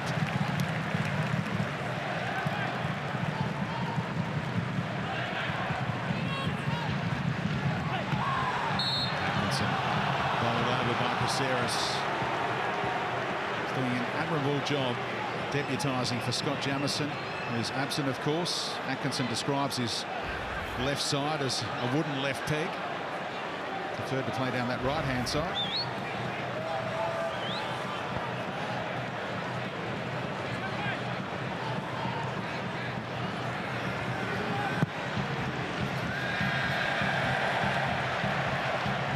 Letting Glover know about that one.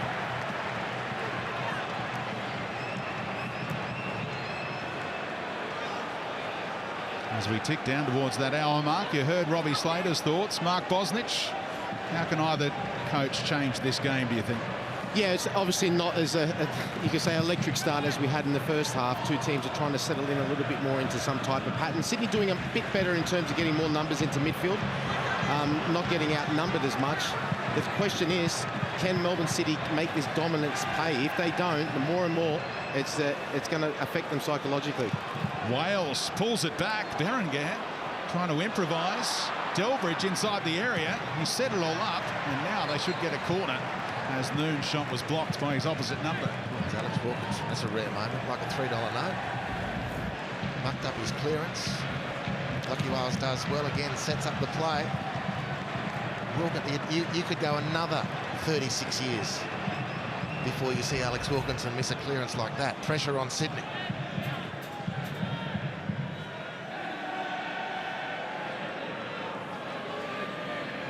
Wales whips it in. Coming together, Lafondra headed it clear, then he ran into Curtis Good. So he's going to keep them on side, go back to his feet to avoid that. And a tame shot right in by Berlanti, who won 2 championships with Sydney FC.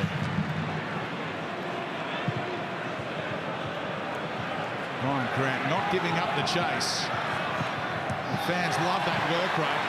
Prevented the goal kick, but harmlessly through to Glover in the end. What an engine this guy has, the kid from Canoundra. Well, fully charged on a canola crop with that one. It's about time I had a run, I think he was saying. I've been cooped up down there. I need to open my lungs out. So Caceres had to slot in for him at right back. And McLaren's ball bent out of play. Goal kick given.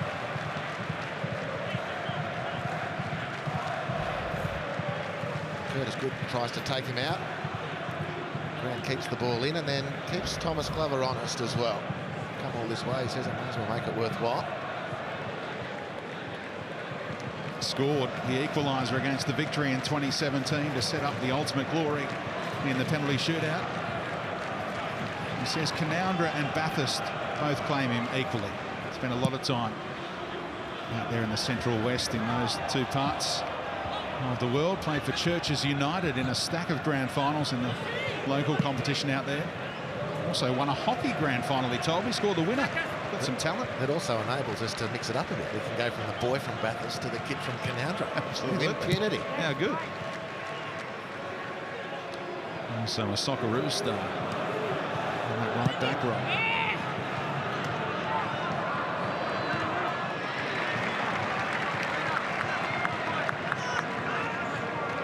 There's young King. Good kick out of Bratton. Oh, the back heel from Ninkovic, outstanding. Now Caceres. Lafondra had the angle right, but not the pace in the shot to beat Glover. Well, this is the business and the danger of Ninkovic. And he's barely cast a shadow on the game so far tonight. Whoops. Missed kick from Atkinson. Caceres quickly to Lafondra. And it breaks back the way of Caceres. Here comes Milos Ninkovic! Denied by Tom Glover with a really strong hand. What a save from the young man. You were just waiting for Ninkovic to stroll in and open the scoring. Well, twice in 15 seconds, we saw how Ninkovic can break the lock.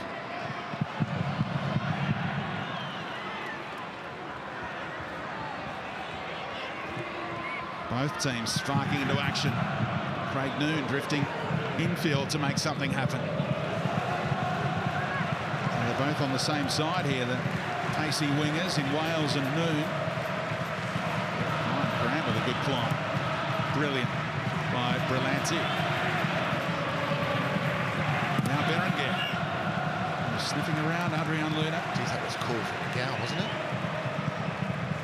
Another 100 times that ball comes in and the centre half plants his left foot and hooks it with his right. With the utmost belief he had in Redmayne, the goalkeeper.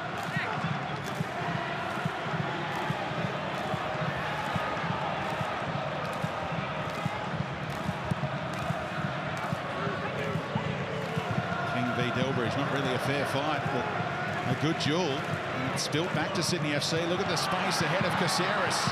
Urged on by those fans in sky blue. Lafondra now.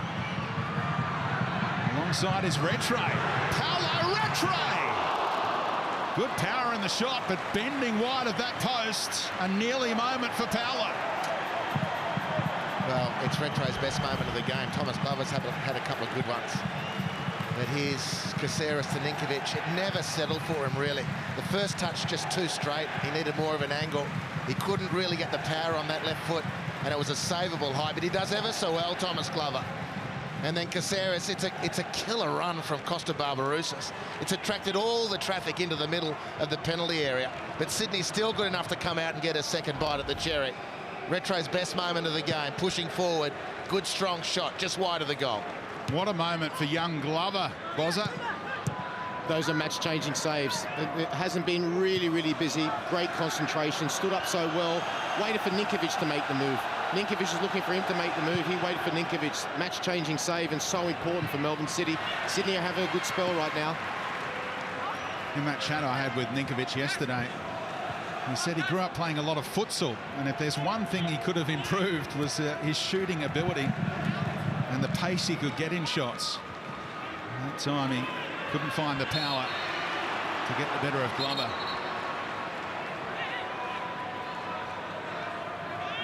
Chris Beath trying to keep Atkinson under control. Oh, I don't know about you, Speedy. Robbie, I'm liking the way this is coming to boil, this game. I think it's it's ebbed and flowed, and we had a sort of a soft start to the second half, but it's certainly come to life. Melbourne City had a few goes, and now Sydney have responded as well. It's really on a knife's edge. Deflection on that cross again from Noon, and the corner given. You saw how eager Berenguer was to take that free kick quickly, sensing an opportunity. Good awareness. Ryan Grant made the point on the run to Chris Beath that this little sequence for Melbourne City has come because of the foul he believes committed on him at halfway. Pushed in the back as he went for the ball. Referee says play on. The dominoes then start falling for Melbourne City. Outswinger from Noon. Good getting there. And Curtis couldn't direct his header on target. A couple of goals throughout his A-League career. Would have been a nice time to add to it. Well, he found a cross about 20 seconds into the game. He's in a good position there too, by the way. He'll be really frustrated. So strong in the air. He's gotten the advantage side of McGowan, who's a very relieved man that that ball has gone wide. That's a great chance for Curtis Good. He's had a fabulous season.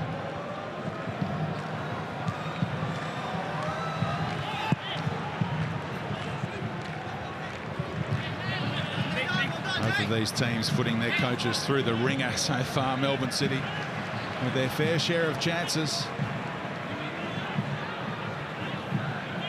As the game was worn on, Sydney FC have fashioned a few as well. And they've got the extra man at the moment, Sydney FC, a power play, if you like. Brewing, can they make the most of it? Luna on the sideline getting his head looked at. For those watching in North America on ESPN, the old power play, ice hockey manoeuvre. Here's Rattray. Delbridge will cut that out. Wales trying to keep it away from Barbarouses, who receives from King. And the lefty. That's his cross cut out by Good.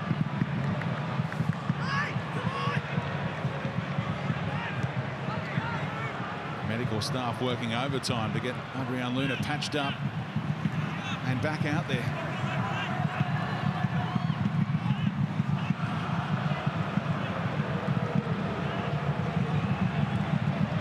Slotting into that 4-4-1 formation here in Melbourne City, trying to hold Sydney FC at bay. Ninkovic directing traffic, open up an angle for Rattray. Across the face, Lafondra is looking to turn it around the corner for Grant, who receives now from Bratton. Strong defending by Atkinson. Here goes Grant again.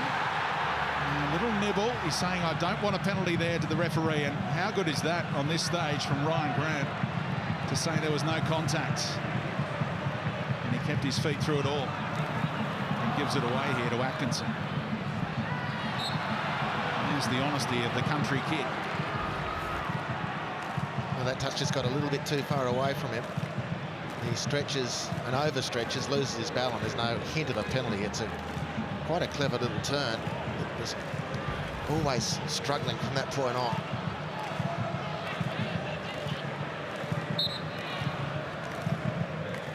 You can see the funny side of that replay. They're down on all fours with the mullet flowing in the breeze. Here's Ninkovic. The gasps around this stadium as he showcases a few of his skills. And you may remember a few weeks back against Adelaide United, remember he headed the ball with his back, Robbie? I asked him about it yesterday. He said it was a centre-half teammate at Dynamo Kiev, Rodolfo, who showed him how to do it. And he was finally able to bring it out on a pitch about a decade later.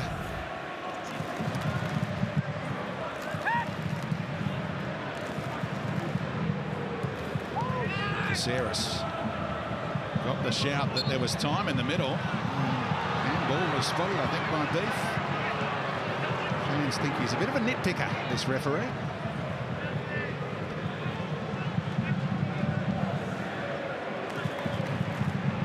Caceres, I'm going to take a stab and say, well, it might have hit my arm, but that's because I was pushed in the back. Could be wrong. Game so finely balanced. It's a mistake here or there, which is going to swing it. So does the 70-minute mark become the time where the coaches think subs? Stefan Kolokovsky just ran up the tunnel. Here's Berenger. Craig Noon. Tucked away by Grant. Sydney FC with plenty of numbers defensively. Caceres pushing out and Barbarouses taking off. He's found him. There's a man in the middle. He couldn't bend it towards Lafondra. It was a tough ball to execute. Yeah, it was. And tough for Lafondra to stay on side as well. I think it was Vin Bickler who made the ground to pressurise Costa Barbarouses. And the Melbourne City defence has just done that extraordinarily well today. Covered for each other. Complete conviction, commitment. No small measure of athleticism. Delbridge didn't want that. Yeah, he's in trouble. Speaking of athleticism, one of the athletes in the team. Interestingly, he rolled an ankle or something because he came out early from the half-time break speed. He looked like he was going through a few paces to get himself ready. He copped a whack on the ankle in the first half, so that's been troubling him. Whether this is the same injury or something referred, it would be such a shame for him to be forced off here, but they've got a ready-made replacement ready to go. Here comes Scott Galloway for Harrison Delbridge, who nearly made the headlines when he found the back of the net, only to have his goal ruled out. And he encourages Scott Galloway to finish off the job here. It's his 8th final, 151st A-League game, Scott Galloway, and he's first in the big one. Playing with his 5th A-League club now. The former junior Taekwondo champion. They want to mess with young Scotty.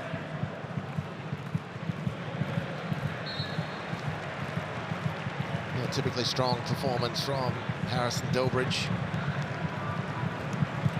They gain a little bit in an offensive sense with Galloway. They lose a lot defensively, especially headers in the box defensively. Harrison Delbridge in the top couple in the league, really, defending crosses in his own penalty area. So they'll miss that. Maybe Galloway might be encouraged to attack a little more down that left-hand side.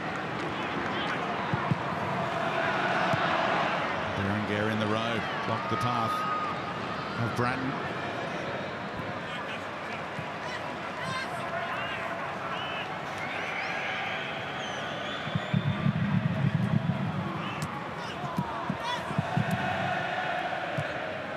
Good awareness by Good to use Berlanti. Vin Bickler and give Galloway a touch.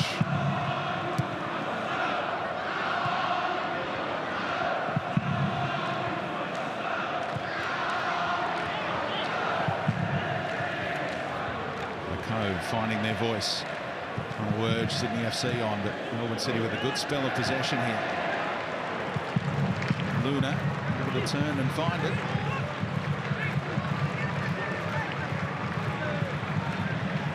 Galloway opening things up, but that pass doesn't have enough weight on it to give Atkinson any chance. Luna won it back as it bobbled away from Retro. Florent Berenger. And McLaren keeping it alive.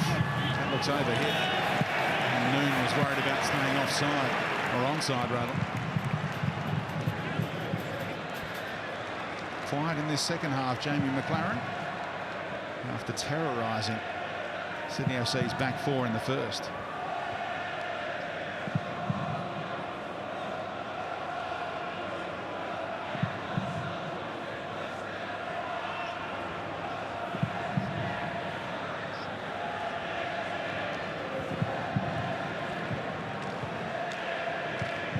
Going to freshen up midfield now, Melbourne City. So they've got 3 windows to make their subs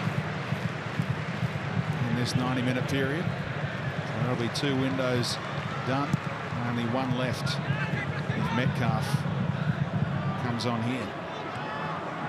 Easy read for Vin Bickler.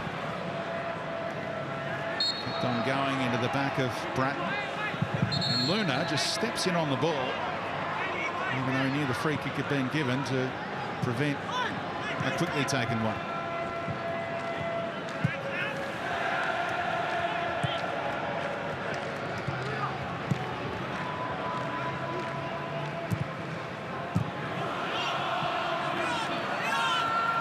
Showed too much of it to Grant. Great stretch by Luna. Well, that's been the feature of the last few minutes from both teams, is the desperate stretch in midfield to cut out a pass. And the game is just on that edge. If one of those passes goes through. Berenguer found by Noon, and now Craig Noon trying to place it. Again, it's a tame shot at the end of it all. And the goalkeeper had plenty of time to make the save. It's rare space on Championship Day. Berenguer, a rare moment for him to get in behind. Nice overlapping run, set up beautifully. The cutback is more than adequate. And it's on his favoured left foot as well. He never, ever looked convincing there, Craig Noon. What about the tension as we enter the final 15 minutes of the 90, Mark Bosnich? Yeah, it's definitely nail-biting. Look, obviously the tempo's dropped. You can't keep playing at the tempo that they were, especially in that first half hour. As it drops, it seems to suit Sydney a little bit more. But Melbourne City just keep coming back with those little, short, sharp bits of play. That was a wonderful opportunity. Connor Metcalf is now coming on for Berenguer. So this is going to be very interesting to see what goes on here. Sydney have done much better with matching the numbers that Melbourne City had in the midfield in the first half, and it's allowing them to get a lot more possession. Connor Metcalf knows what it's like to beat Sydney FC in a grand final with Melbourne City. That was in the National Youth League grand final in 2017 alongside Daniel Arzani. Dylan Farias, now of Western United. So a little feel for the hamstring there for Berenguer. And on comes the kid from up Newcastle way. South Cardiff gunner. That's a good change from Bombay. It was the same change he made during the week. Connor Metcalf came off the bench and was really energetic for the Melbourne City cause. Pass behind Nikovic and he slipped, trying to change direction. Past 8 o'clock local time here in Sydney. And this pitch can prove tough to change direction on under lights as the dew sets in. Numbers in and around the box here. And Galloway has scored from here. Scott Galloway surprising Andrew Redmayne, who had to get across and smother on the half volley. Well, if you watch the pre-game, Scott Galloway scored one of the top 10 goals of the season doing that. Cut in nicely. Very strong work with his left foot. Lockie Wales setting up the play. And it dipped wickedly. It's actually expert work in my assessment from Andrew Redmayne to defuse that one.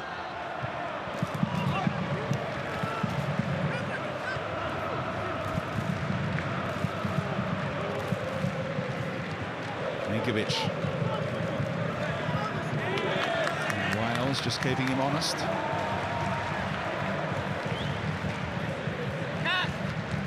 Fatigue, no doubt, a factor. Second game in 4 days. No changes to the starting 11.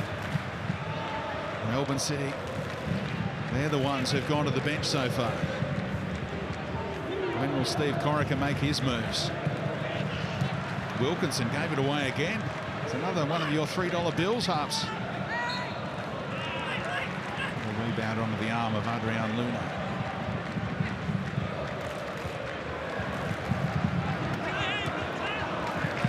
King, Caceres on the stretch. And there's the fresh legs of Metcalf winning it back, but Barbarouses took it away from the Uruguayan.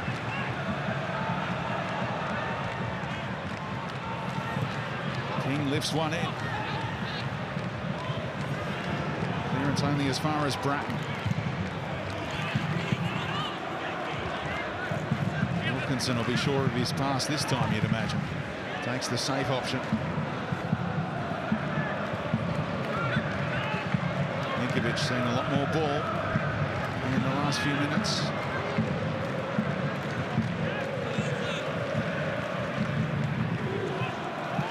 Caceres breaks the way of Ryan Grant. Plenty of room for the cross, and the deflection off Atkinson leads to another corner. Got terrific numbers in the box there, Sydney FC. Audacious little dink over the top from Caceres.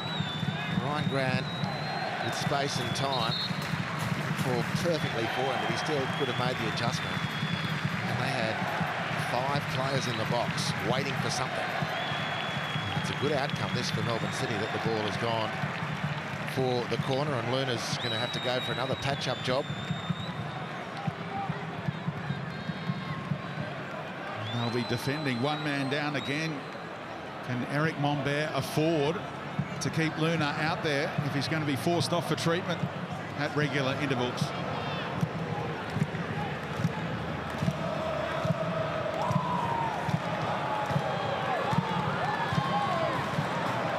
Wilkinson and McGowan, the centre halves are up here. Wilco on the move. And away by Berlanti.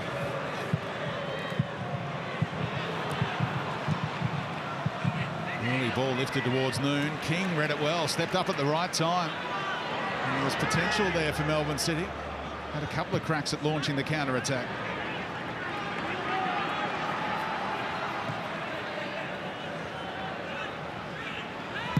Oh, Bratton, the guile. Knew where he was going to pass it all along and sold Melbourne City defenders with the eyes. Well, the conundrum for the Melbourne City bench is the state of Adrian Luna. As you've said, Speedy, they've only got one more sub window in the 90. They've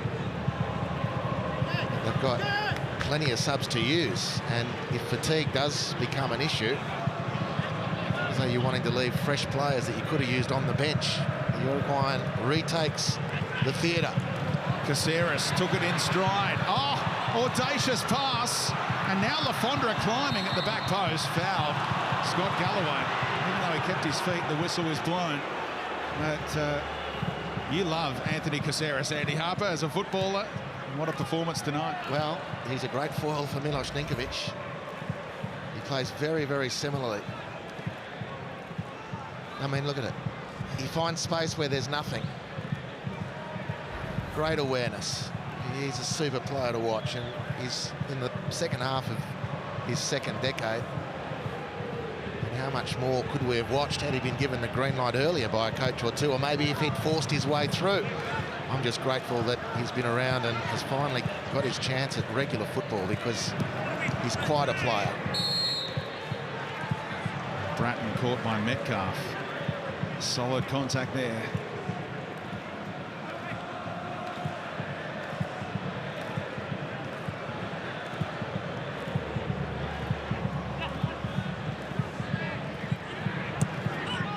Ninkovic, look at that. Deliberate little flick to Lafondra, who's upended. That was the most minute little deflection there with the outside of the boot from Ninkovic.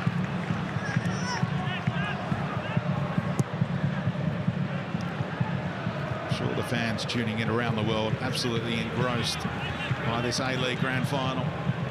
Has real potential to go to extra time here. No stranger to that in A-League deciders, especially Sydney FC. Now Ninkovic with the back heel. Barbarousis wasn't quite going to get there. Well, it's going to be, from a Sydney viewpoint, it'll be a Melbourne City mistake, or something from Caceres and Ninkovic that's going to open it up. They've got the taste for it late in the game. Ninkovic hasn't been that involved, but there's been a few moments of real class, and Melbourne City on notice.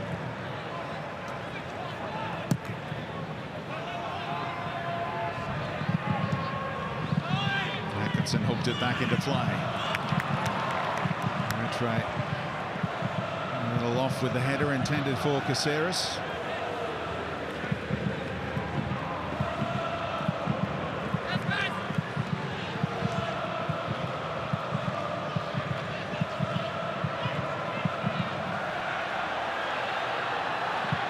Glover takes a couple of touches and then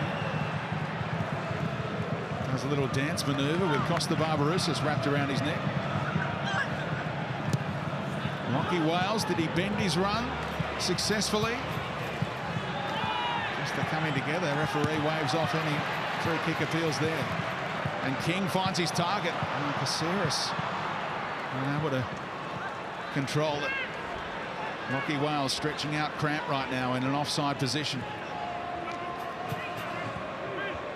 Does that force the hand of Eric Mombert, who's talking it over with his assistant, Paddy Kisnorbo?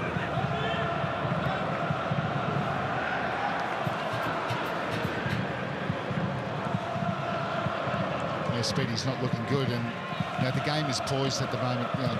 Little time to go. Just want to let go by Ryan Grant through to Redmayne.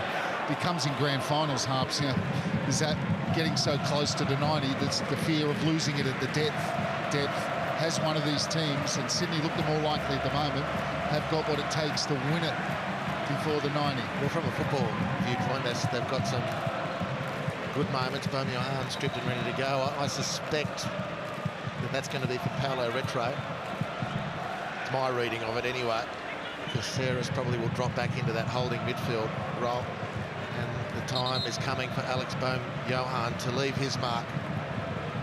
And Melbourne City used their final substitution window in the 90. Lockie Wales off and Rami Nazarene on. Just his 22nd game for the 20-year-old. Another Sydney boy who's chasing their dream with the club out of Melbourne. Former Wanderers youth player. Sydney FC about to make a double change. Steve Corica going to his bench for the first time. We might wait for the next stoppage to see Bahaja and Bohm-Johan.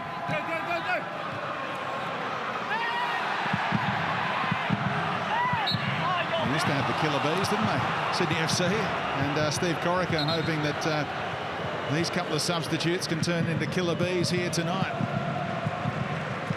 The speedster, Trent Bahaja, and the guile from Alex Bohm-Johan.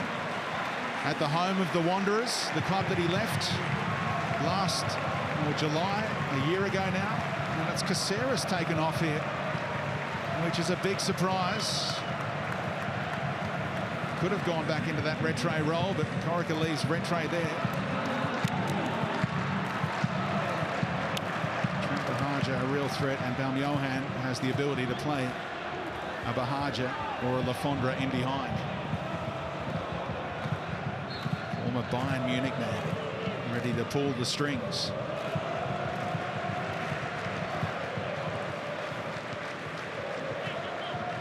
Stretch from McLaren, couldn't drag it out of the sky.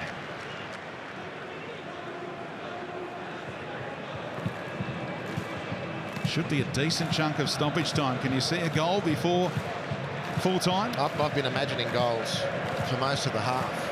It's been on such a tight thing.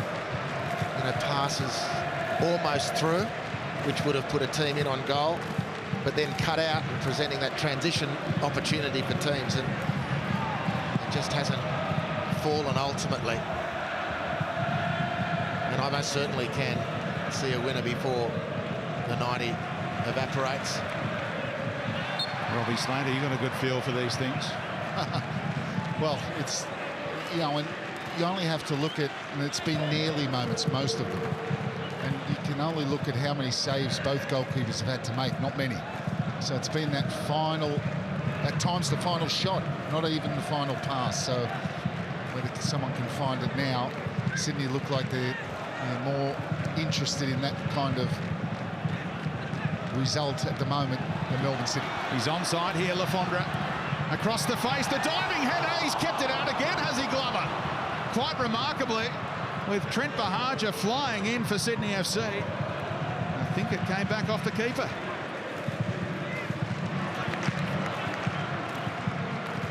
Brilliant pass from Ninkovic to unlock things.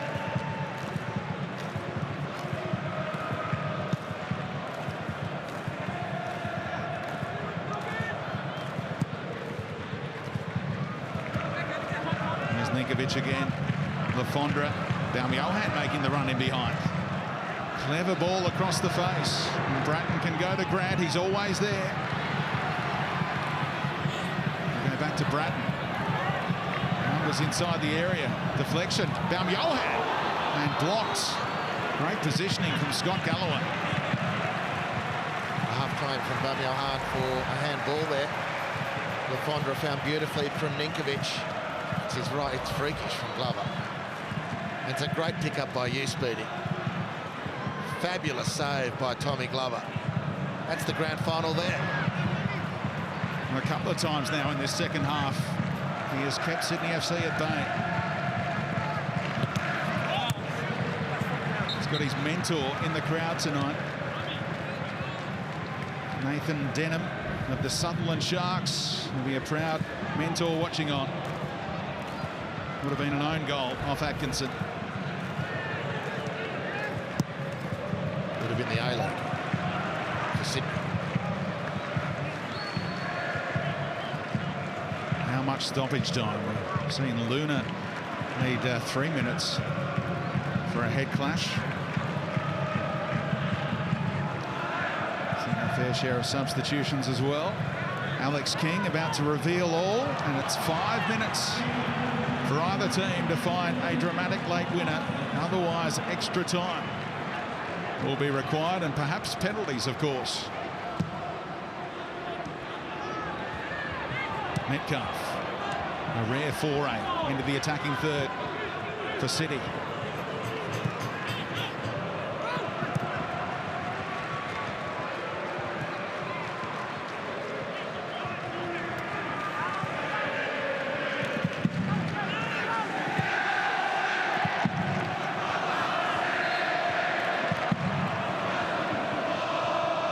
We have had a 97th minute winner, of course, in regular time in a grand final. Bessart Barisha.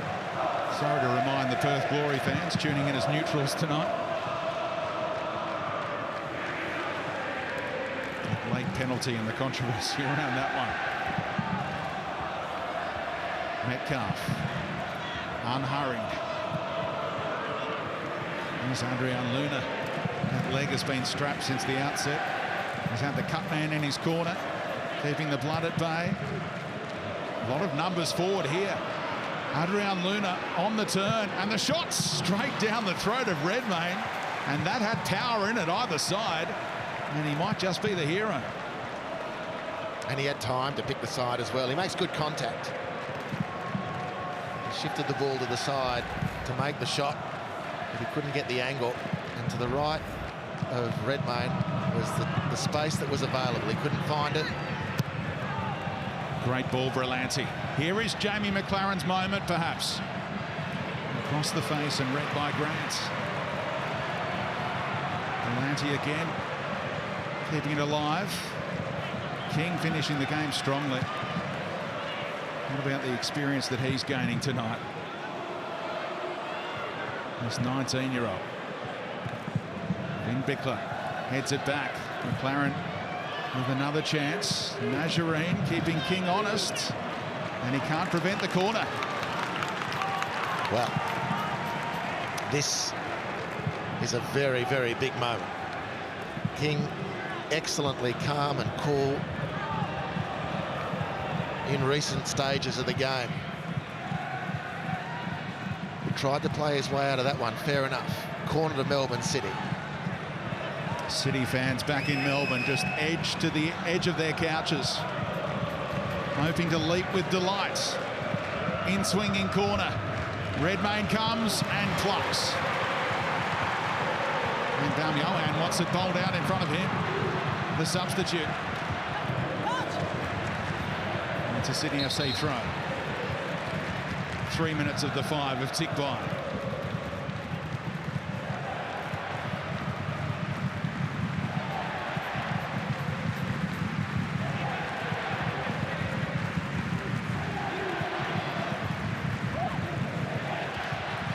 Grant. Lafondra wanted it played in behind. Ninkovic tidies up the scraps. Killer ball for Bahaja. And great goalkeeping again. Glover out to claim with the slide.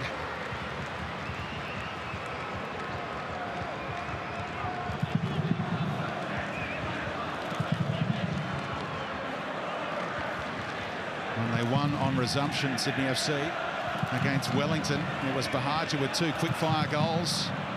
Ninkovic was playing him through that night, and you thought for a moment he might get on the end of that one. Well, it was brilliant defending from Curtis Good, because that's the ball and the space into which Bahaja loves to run with his speed, but Curtis Good again, immovable. It's been fantastic for his team this season, and again here on Championship Day.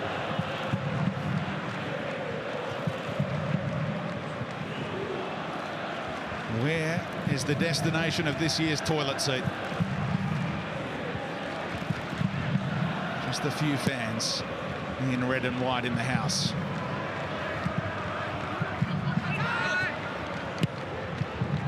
Rahaja. Misplaced pass for Johan. No real damage done as it breaks for Bratton. Ninkovic. Time stands still a little when he gets on the ball. Galloway. Bratton outside of the boot. Bends to the advantage of Glover. And the 5 minutes is just about up. Chris Beath checks his watch. And we're going to need at least another 30 minutes to find out the winner tonight. Full time after 90 minutes in the grand final. Tom Glover keeping Sydney FC at bay. Melbourne City having a goal chalked off by VAR. That's part of the reason that we're goalless. It's 0-0 after 90. Andy Harper and Robbie Slater. An important time now for the coaches to rally their troops in this 5-minute period. Yeah, and Sydney certainly on the front foot in the latter part of that second half, and Melbourne City defending very, very well. Curtis Good, huge at the back for them, and what about Thomas Glover? Two fantastic saves. One in particular would have been an own goal, but you know, Sydney, after a very poor start, opening 20 minutes of this game, have gradually taken over control, really, and there's no doubt that Melbourne City are playing on the counter, and Sydney are controlling, with Bratton superb in the midfield as well.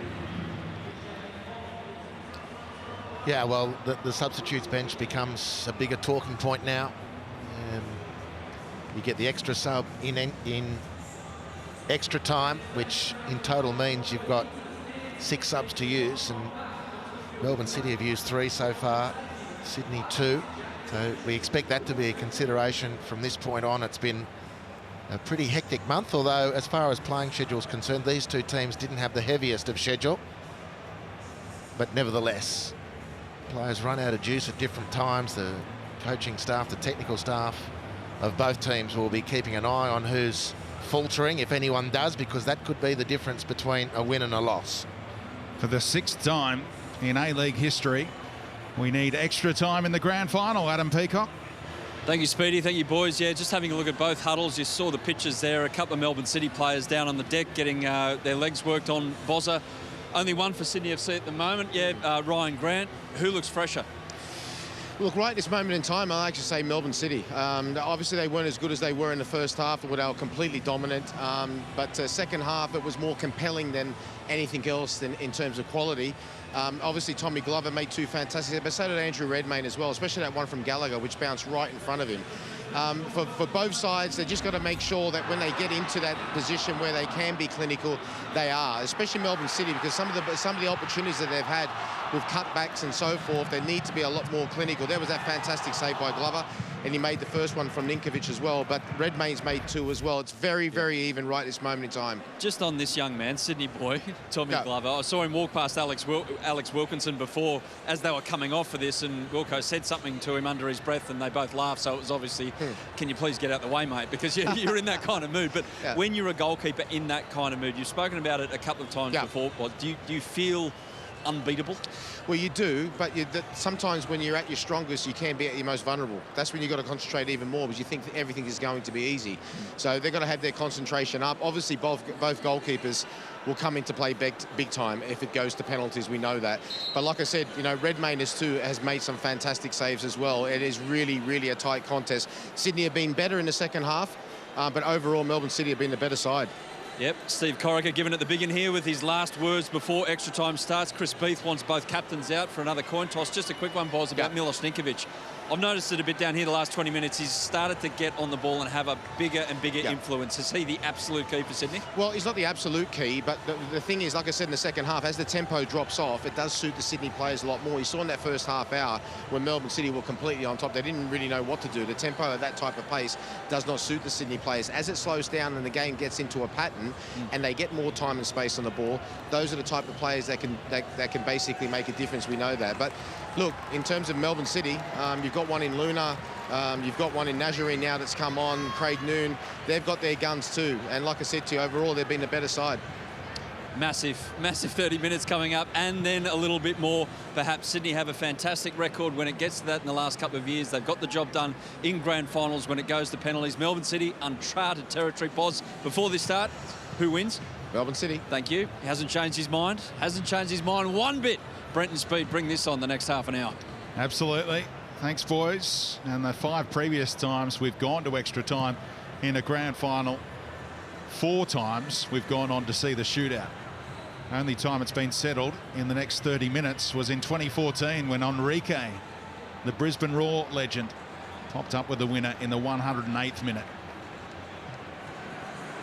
Brisbane involved in that famous grand final in 2011 as well, when there were 4 goals scored in extra time. Central Coast had that 2-0 lead. Brisbane pegged them back late and won the shootout.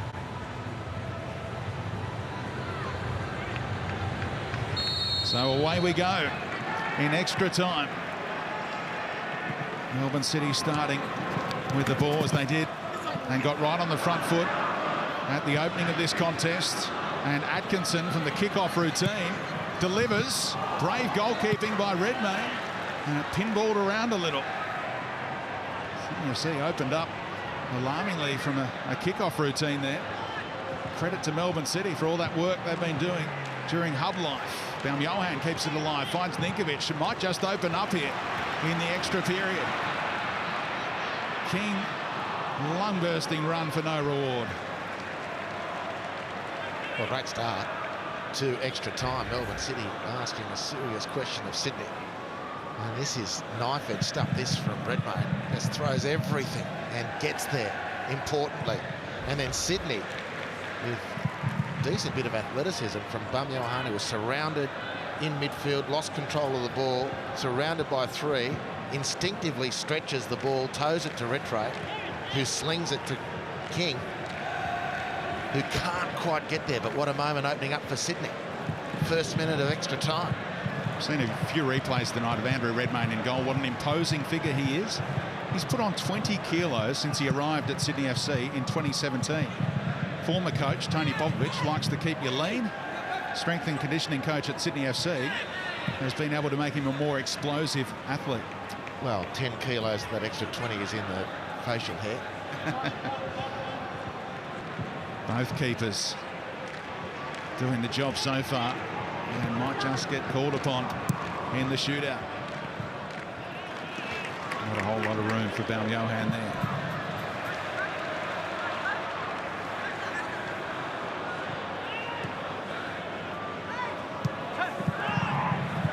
Adrian Luna with the Vaseline in the hairdo, keeping that blood at bay.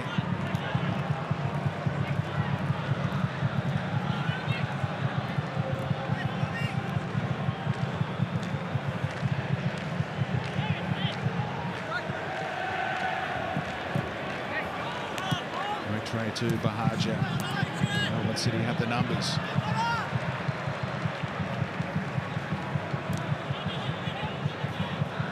Bahaja closing down his good mate Tom Glover. His 2 former teammates, the Central Coast Mariners, and with the Olyroos.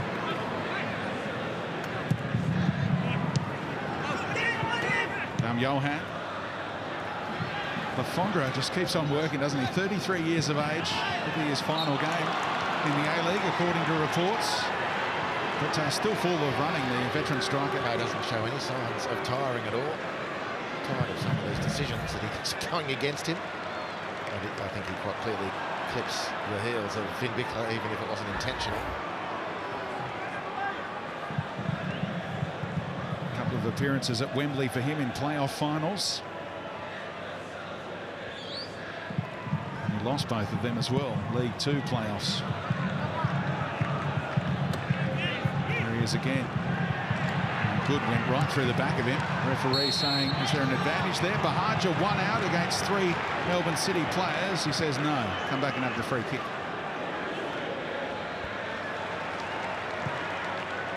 I think Bahaja was happy to take them on 1 out. You'd give him a go, wouldn't you? Doesn't work, come back for the free kick then.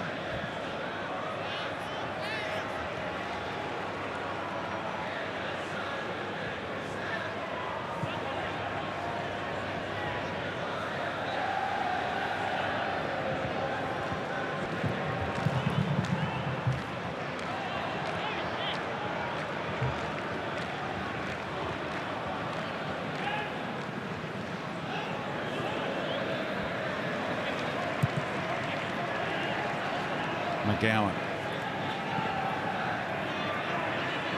Not a whole lot of teammates presenting for him. Has to go into retreat mode. He wanted to see a bit more out of Johan with fresh legs. Off the head of Rattray. Open space here for Craig Noon. Big opportunity for the Englishman. Lost his balance at a key moment, but earns a corner. Well, he does win the corner. He's looked to me tonight. He's had some really, really good moments, Craig Noon. But he's looked to me on a couple of occasions actually going down that channel towards the Sydney supporters' end of the ground. He's second-guessed himself. This is great space. Touch, drive into the box, test the keeper. But then he just hesitates that moment and gets surrounded by defenders. Corner's a decent outcome when you consider that.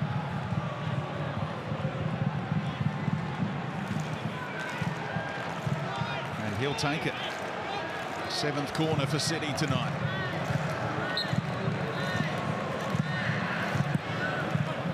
Deep delivery. Vin Bickler. Second phase for Melbourne City. And there's Vin Bickler nudging Grant under the ball.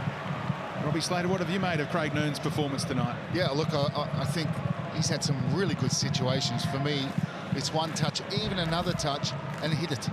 And go, even if it goes through a defender's legs, you see the second touch just lack confidence for me. And I don't know why, because he gives some great balance on his left side, and he's had a pretty good game. But when it comes down to that finished product, we saw one, I think, that was pulled back to him, but he had a chance that Redmayne made a pretty easy save. He just doesn't seem to back himself. Advantage play this time. Bahaja tried the back heel for Johan.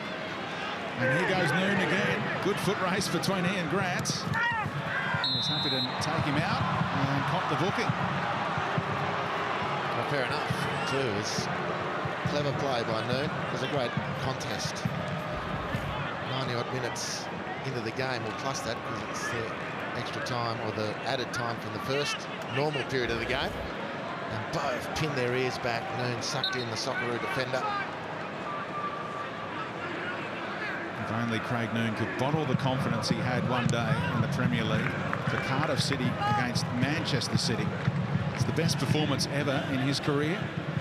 He just felt confident that day. The manager, Ole Gunnar Solskjaer, gave him confidence that day. You just can't turn it on each and every occasion, though, can you, Robbie? Some days you're on. And some days you're not. We're not saying that he's not on today. He's had some good moments. He hasn't had a bad match. I'm just saying in those critical moments where you're looking for are you going to go and win this grand final on your own? Here's McLaren dropping off that front line. Rami Najjarine onto his left. Great looking delivery, but all the way through to Grant. Berlanti, and the volley from Josh Berlanti, nearly back to Hort Sydney FC. Well, he set that up nicely under extreme duress. The ball bouncing around, Sydney defending frantically.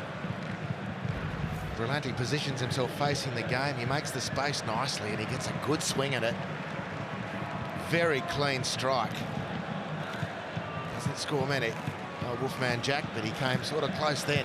Been a good captain's knock from him. The boy from Bundaberg. Funny watching on back in Queensland. He took that armband from Scott Jamieson.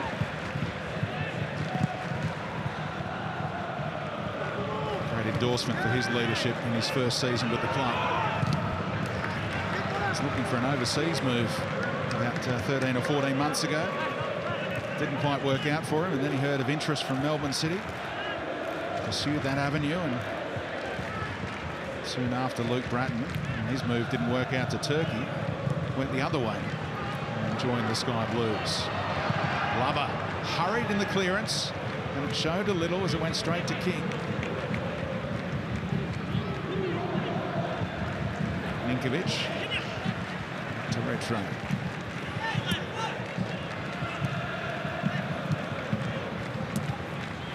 Sure, it'll be a question for Steve Corica post-game on taking Caceres off. Are you still scratching your head about that one, Huffs? Well, that's a little bit too strong, but yeah.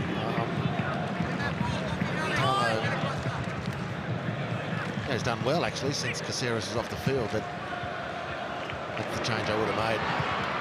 Here's Ninkovic for Bahaja, taking on Galloway.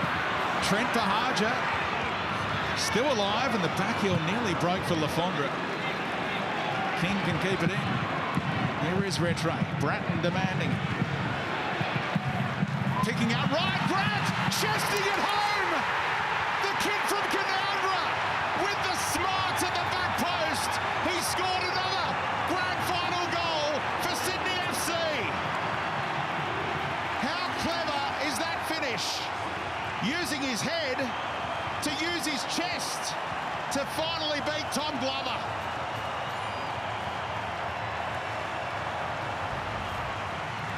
Well, Bahaja does well, really, to put the Melbourne City team on the back foot. Rattray just hands it off to the maestro. This is a superb ball. Nothing more, nothing less from Luke Bratton. Eyes up, receives an open, sees the channel, has to drop it right on the nipple, and he does. On Ryan Grant's nipple, into the back of the net. Sydney staring at another championship. Melbourne City crestfallen. Grant forces it home. It's sheer brilliance from Luke Bratton to make that chance. Well, for me, he's been the player of the match, certainly in the second half, Bratton, and that is out of the top draw, right out of the top draw, that pass. And that's we haven't seen many of those runs from Ryan Grant. They've been a feature of his game for quite some time now. And it doesn't always end like that. In fact, very rarely, but this time it does in the biggest of games. A massive moment in this game. What have Melbourne City got now? Hold the back page. We've got a mullet to put there. Ryan Grant's flowing mullet that he covered with the shirt over the head. He's on a yellow card, of course. And that could have led to a second booking if the referee was to be extreme. Lucky he didn't take the shirt off fully. I'm sure Melbourne City fans are saying send him off. But entitled to that kind of celebration. Remember last year he had Sydney FC's only 3 shots in the grand final against Perth. Scored that famous equaliser against the Victory in the 2017 grand final. And what awareness to go with that kind of finish in the Socceroo. And that's cynical by Vin Bickler. He's going in the book as well. A beautiful touch up the line from Joel King, the youngster, Speedy. Grand final rookie from Shell Harbour. It's beautiful poise. Was Melbourne City going to come with everything? I mean, they put in a huge effort. This from Bratton. Since we first had the pleasure of watching him as a kid at Brisbane Roar, breaking through the youth team into the first team with an array of passing that you don't often find. And he just pulled the perfect rein. He's just delightful to watch. Ryan Grant, the recipient, the beneficiary. Melbourne City with the questions now. Still another period of extra time to go, of course, so there's time. And they've done very, very well here tonight. They're going to finish this without a fight. First light show we've seen after a goal in a grand final as well. It was amazing the way it turned into a nightclub for a moment there. Well, we actually saw it from Delbridge, but unfortunately got done by the VAR. But it was an amazing show. But look, Steve Cock will know this is not over. I mean, they've got to stay concentration. The thing for Melbourne City is, I know Sydney have experience. They've been in these positions before. Now Melbourne City need the likes of Noon to step up. Brillante, who's won one. And, of course, McLaren, who we've not seen too much of. But, of course, he does rely on service. Now Johan drives it in. And Glover able to punch well clear. Bratton settles for the throw-in. It's going to take something special to beat Tom Glover tonight, Mark Bosnich, and you just saw it. Well, yes, you did. And as you know, when there comes extra time, and Robbie and Andy will tell you the mental and the physical fortitude comes into play. Hang on. And Ryan Grant, we know that he's got an engine and a half. An absolutely clinical finish, magnificent ball from Luke Bratton. Absolutely wonderful. And now the biggest test you could ever ask for from this Melbourne City side, who the only question that's always been is about their character. In my opinion, they exercised a lot on Wednesday, but this is the big one. Bahaja looking for Lafondra, a little too much heat on the pass. Well, and you know what Melbourne City don't want? No one would want it. Trent Bahaja getting the ball halfway line, sideline junction, running outside his fullback, down the line. Chase me if you can. He cut inside, played into the defender's desire there.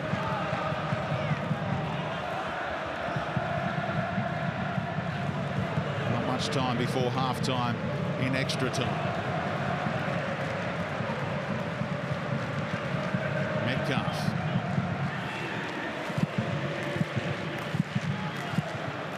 Galloway had a crack late in that regular time period.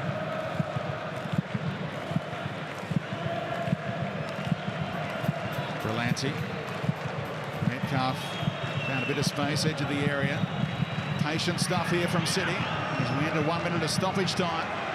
Noon across the face. And McGowan with the expert defending. Atkinson. Berlanti coming from the blind side was Bahaja.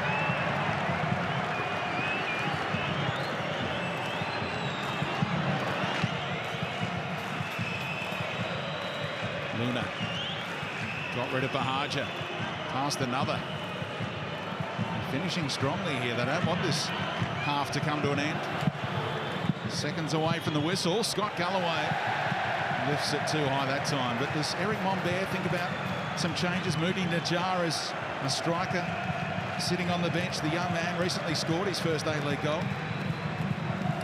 Well, he's certainly got the box of tricks which they need, but it was a really telling response there. Ghosts going into the break now, waiting for the second period of extra time. When Galloway blazes away, 2 or 3 Melbourne City of his teammates, Robbie, threw their hands in the air. They had a sense that we keep the ball, we can build pressure on Sydney. Let's not blaze away, let's keep our heads and put pressure on Sydney, see if we can crack them. And patience is a key. You're not at that stage yet where you have to launch it or you have to take the chance when you're not in a good position. So I agree. There's another half of extra time to go. They had good field position there. He was never going to blow the whistle until that attack was over. And they made the poor decision in the end made the mind up for the referee. So half-time and extra time. Sydney FC 1, Melbourne City 0, and Ryan Grant still getting the congratulations for this finish. Adam Lafondra was there if it was going to rebound back off the post. But he found the angle perfectly. VAR would have had a look to see if it brushed the arm, but perfect. No, yeah, smart from Ryan Grant, but sheer brilliance from Luke Bratton. His array of passing, he's really led the way. We refer back, and it's something that Robbie and I have talked about through the game. You refer to the difficulties Sydney had in the opening 20-30 minutes of the first half, and who was the player who led them out of that slump, out of that flatness, into the contest? It was Luke Bratton. Now, his game hasn't been perfect. He's had a couple of passes intercepted, and dangerously so on occasions, but he set the tone for the resurgence from Sydney to get them back level pegging. And then when the moment was there to drop the ball, absolutely perfectly, Bratton came up with it. Double change from Eric Mombert here. Going for broke with 15 minutes to go. Attacking options off the bench. Stefan Kolikovsky, the boyhood Melbourne Heart fan, playing in the red and white here. And Moody Najjar, another Sydney boy, playing for City. Rami Nazarene and the Sydney FC substitute today, Luka Ivanovic, were part of a front three at Westfield Sports High. They were tough to beat that year. They won the national championship pretty convincingly. No Ivanovic yet, but Nazarene and Najjar are both out there. Johan finds an angle. Lafondra on target at the near post, and Glover kept it out. It's great goalkeeping. He has to cover his near post there, but still it was so sharp and so low. This was the difficulty from my reading of it. Low and close to his body. You know, for a big guy to drop and cover that space.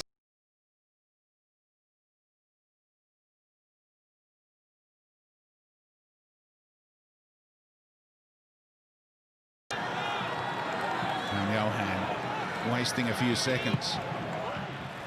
Ninkovic again, getting on the end of things from a corner. Look at that speed from Bahaja.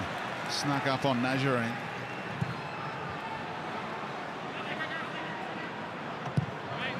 Wilkinson back out towards the corner taker. Did well to get a touch on it and earn his team the throw. And Johan with experience in a German Cup final. With Schalke. Across the face, Glover spilt it, and Winbichler was there to bail him out. Bahaja was sniffing around, a rare blemish from Glover. Well, it's excellent work before then from Bum Johan. The ball from the throw-in lobbed over. It's a bit of work to do to control it, but he makes space and fires that ball in, and a very relieved Tom Glover, who's been great up till then. Winbichler saved him. Sydney FC pushing for a second. Again, the header on target. That near post angle. Matthew Sporanovic once scored in the grand final for the Wanderers, being utilised here by Sydney FC. And another corner is upcoming.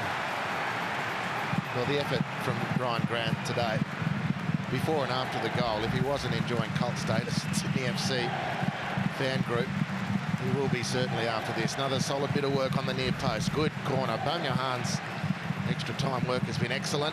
Really testing this Melbourne City concentration, firing these balls in corners, general play. And Melbourne City react at that near post. Atkinson favoured by that delivery. There's Bum Johan again. And Glover should play. And they get the likes of Kolakovsky, Moody Najjar, and of course Jamie McLaren into dangerous situations here. Metcalf lays it off. Just under hit for Kolakovsky a little. One back strongly by Metcalf. Connor Metcalf delivers for McLaren, who keeps it alive. Brilliant. It's pulled up a bit sore after that one, I think, Jamie McLaren, the small of his back. And look at this space. Retrain looking for the runners, picks out Adam Lafondra, curling it, and Glover got there. Bahaja to keep it in, and touched his hand on the rebound there, and it will be a free kick awarded against Bahaja. No corner this time. Good work again, Glover. Good option from Lafondra. Set a bit wide, went for that far post, had it covered. Might have caught it, actually, in hindsight, or palmed it well away. It's given Sydney that fraction of a chance. What an unbelievable ball from Metcalf for Najareen. And Rhyan Grant, who was beaten by the pass, got back in time to take it off Najareen's boot. And Bum Johan, the nutmeg, and now he can play in Bahaja. He held fire, though. Now uses him. Nikovic poked away by Galloway. Bratton. Kolakovsky in the road there. Missed opportunity for Bum Johan to use the pace of Bahaja. I don't know why he didn't. I don't know why he didn't. And acknowledgement in passing of Connor Metcalf. Oh. Nearly, but Curtis good. He's been excellent, Connor Metcalf, off the bench as he was the other night. I thought he was a chance on recent form to have knocked Berenguer out of the starting 11. He's been great since replacing him. 10 minutes for Melbourne City to try and force a penalty shootout. Here's Metcalf again. Najareen providing the width. Curtis good. Atkinson. Nathaniel Atkinson, and tipped over by Redmayne. That's a really good shot from the left back cutting in. Man, he's looked pretty likely today, Atkinson. Really likely, and Sydney had backed off. There was a pile of space for Atkinson. Curtis Good. Even then, Sydney, off that sloppy touch from Curtis Good, Sydney didn't react at all. That's a lot of space to afford someone. And Atkinson doesn't mind shooting from range. Forced some tidy work from Redmayne. He was off his line a little, wasn't he? He was going to dip under the crossbar. Now Galloway with the corner. All the way through. Past a stack of bodies. Winbichler first to track it down. Hangs it up. Redmayne with a big shout of keeper. Diffuses that situation. Well, you're right. That's a good save in the end from Redmayne, one you expect him to make. But you're right. Curtis could even had time to flick the ball up to, a sloppy touch. He had another touch, and Sydney still didn't come out, and they very nearly paid.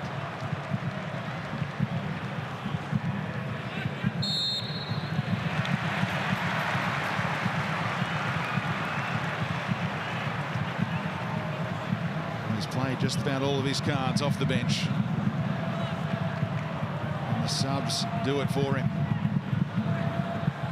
How fit is Jamie McLaren? If a chance comes his way.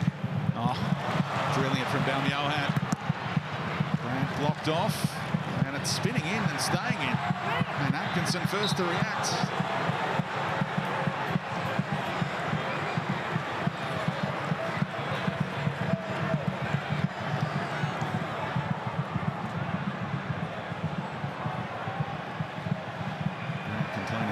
Went down too easily, but there was a bit of force in the challenge.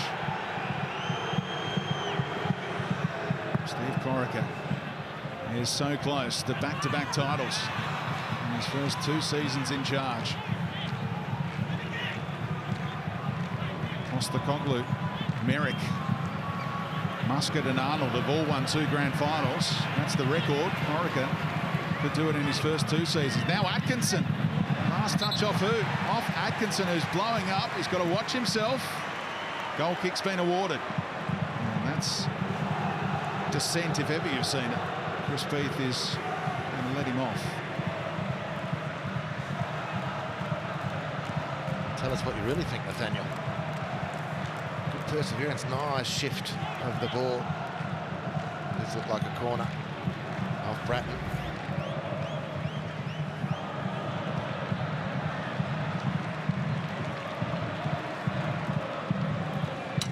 Redmayne deciding this is a good time to clear any mud off the studs, and then slips. Maybe took a bit too much off. But that's something Chris Beath's got to watch. Don't have time wasting like that when Melbourne City are trying to chase this game.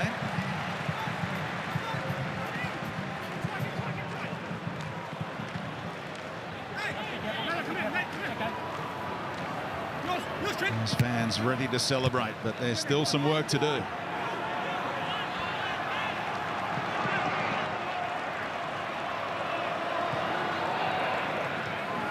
Pressure applied by Lafondra.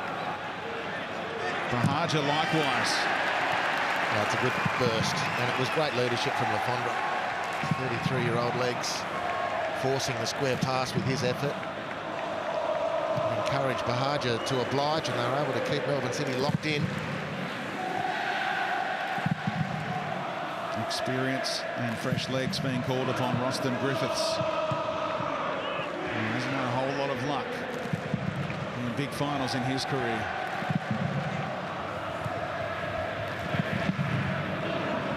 Space here for Galloway to use Kolakowski. Stefan Kolakowski placing it, and Wilkinson prevented it getting through to Redmayne. Bratton there to clear it out second time around. Last touch off Galloway there. It's a Sydney FC throw. Terrific work rate by King at the end of it all. Yeah, he's been outstanding, the youngster at left fullback. Really has. So it's Vin Bickler off, Roston Griffiths on. Like-for-like change there. Griffiths, a Mariner, and the 2011 decider in extra time.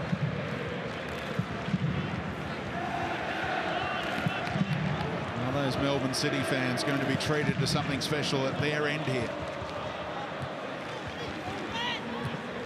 Away by Grant.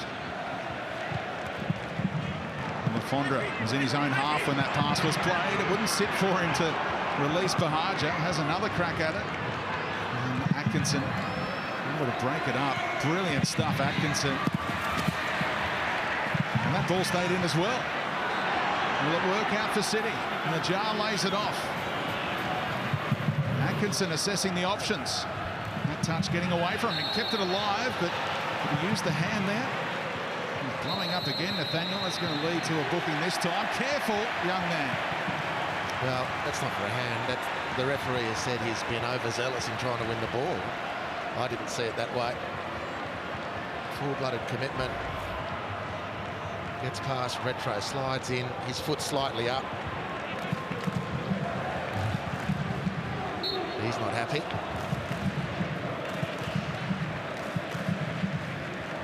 Is that a foul, Robbie? Is he? Look, the only thing is in the modern game is once the leg comes up, you quite often see that end result. You can understand the frustration in years gone by. There's no free kick there.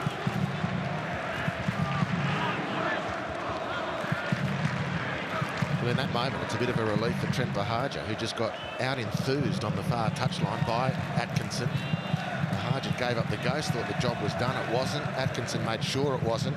Carried the ball deep into Sydney territory. Here he goes again. Playing with enormous spirit and passion. Rhyan couldn't find an angle that time. Metcalf. His passing has been a feature since his introduction.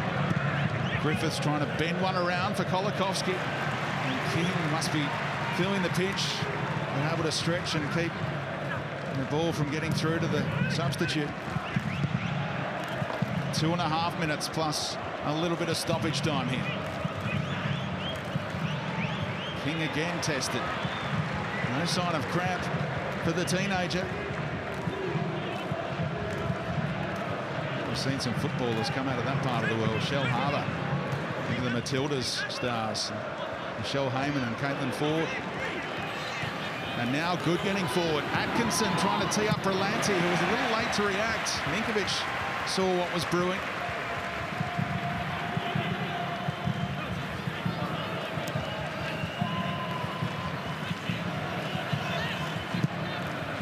Lovely pass, splitting the lines. Metcalf now. And there's a sliding challenge, all ball won by McGowan. Saying let's steady things down, we don't need to push the pass, but King didn't cop that advice. No damage done as Grant tells Baum-Johan to head for the corner if he wants to. He sees Bahaja though, placing it first time, and Glover had his angle sorted. He went left foot there, Trent Bahaja. A good ball in from Baum-Johan, but again, at last ditch defending, this time from Roston Griffiths, just really putting the pressure on Bahaja. He got his effort in on goal, in fairness to him, but it was never going to trouble Glover, and they stay alive. Melbourne City with impressive fight. 120th minute. Ryan Grant scored the opening goal in the 100th minute. Griffiths delivery, flying header, just over. And out off Sydney, Ryan Grant has denied a goal perhaps, with Curtis Good thrown forward there. He got a little touch on the header. Well, this is Partaloo time, Speedy. Maybe Glover time. Goalkeeper is forward. Galloway's delivery. McLaren keeping it alive. And prevent another corner, had to be careful there. Galloway whips it back in, the header! And it was his Partaloo moment. But Curtis Good couldn't find a way past Redmayne. He's struggling to get back now, Curtis Good. He's been enormous for Melbourne City. They're not going to get too many more sights at the target with the available time. 1 more minute to force a penalty shootout.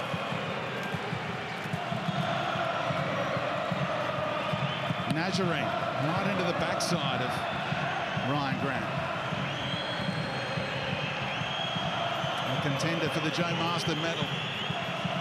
Won by Ninkovic last year. Galloway lifts it forward. Metcalf, was he fouled there? And the referee says no.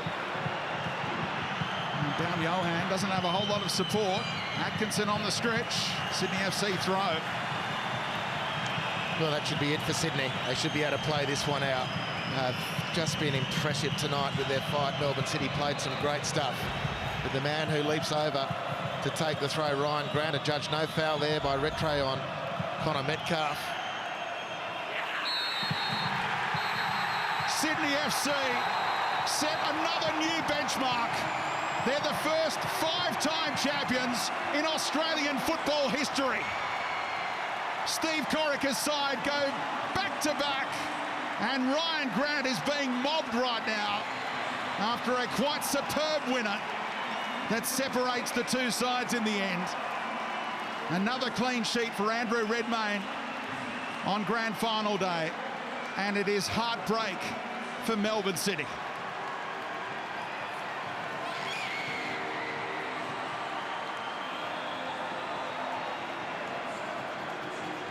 Oh, this is going to wind the Wanderers fans up. Sydney FC lifting silverware on the Wanderers home patch, and I think they're about to celebrate with a Poznan, the fans in the Cove.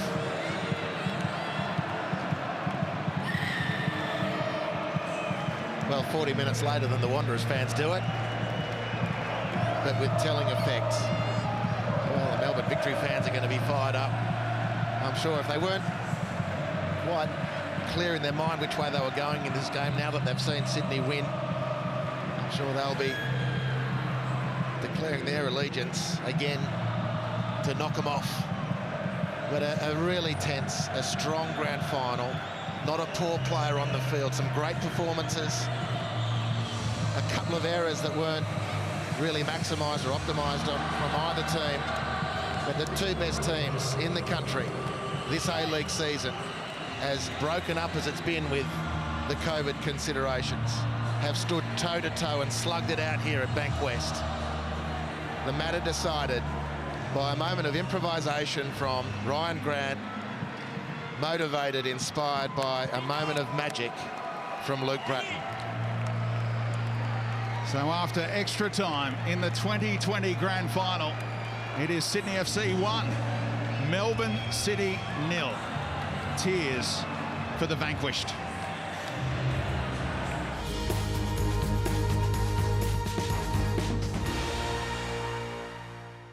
So once again, for the 5th time in the Hyundai A-League,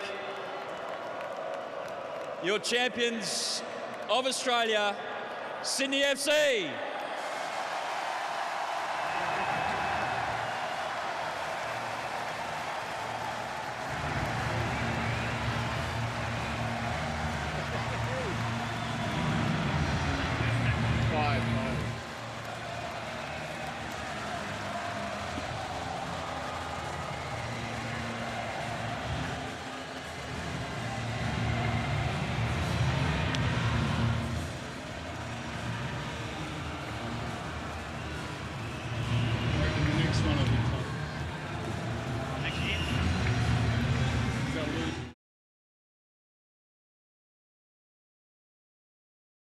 In this time of COVID disruption,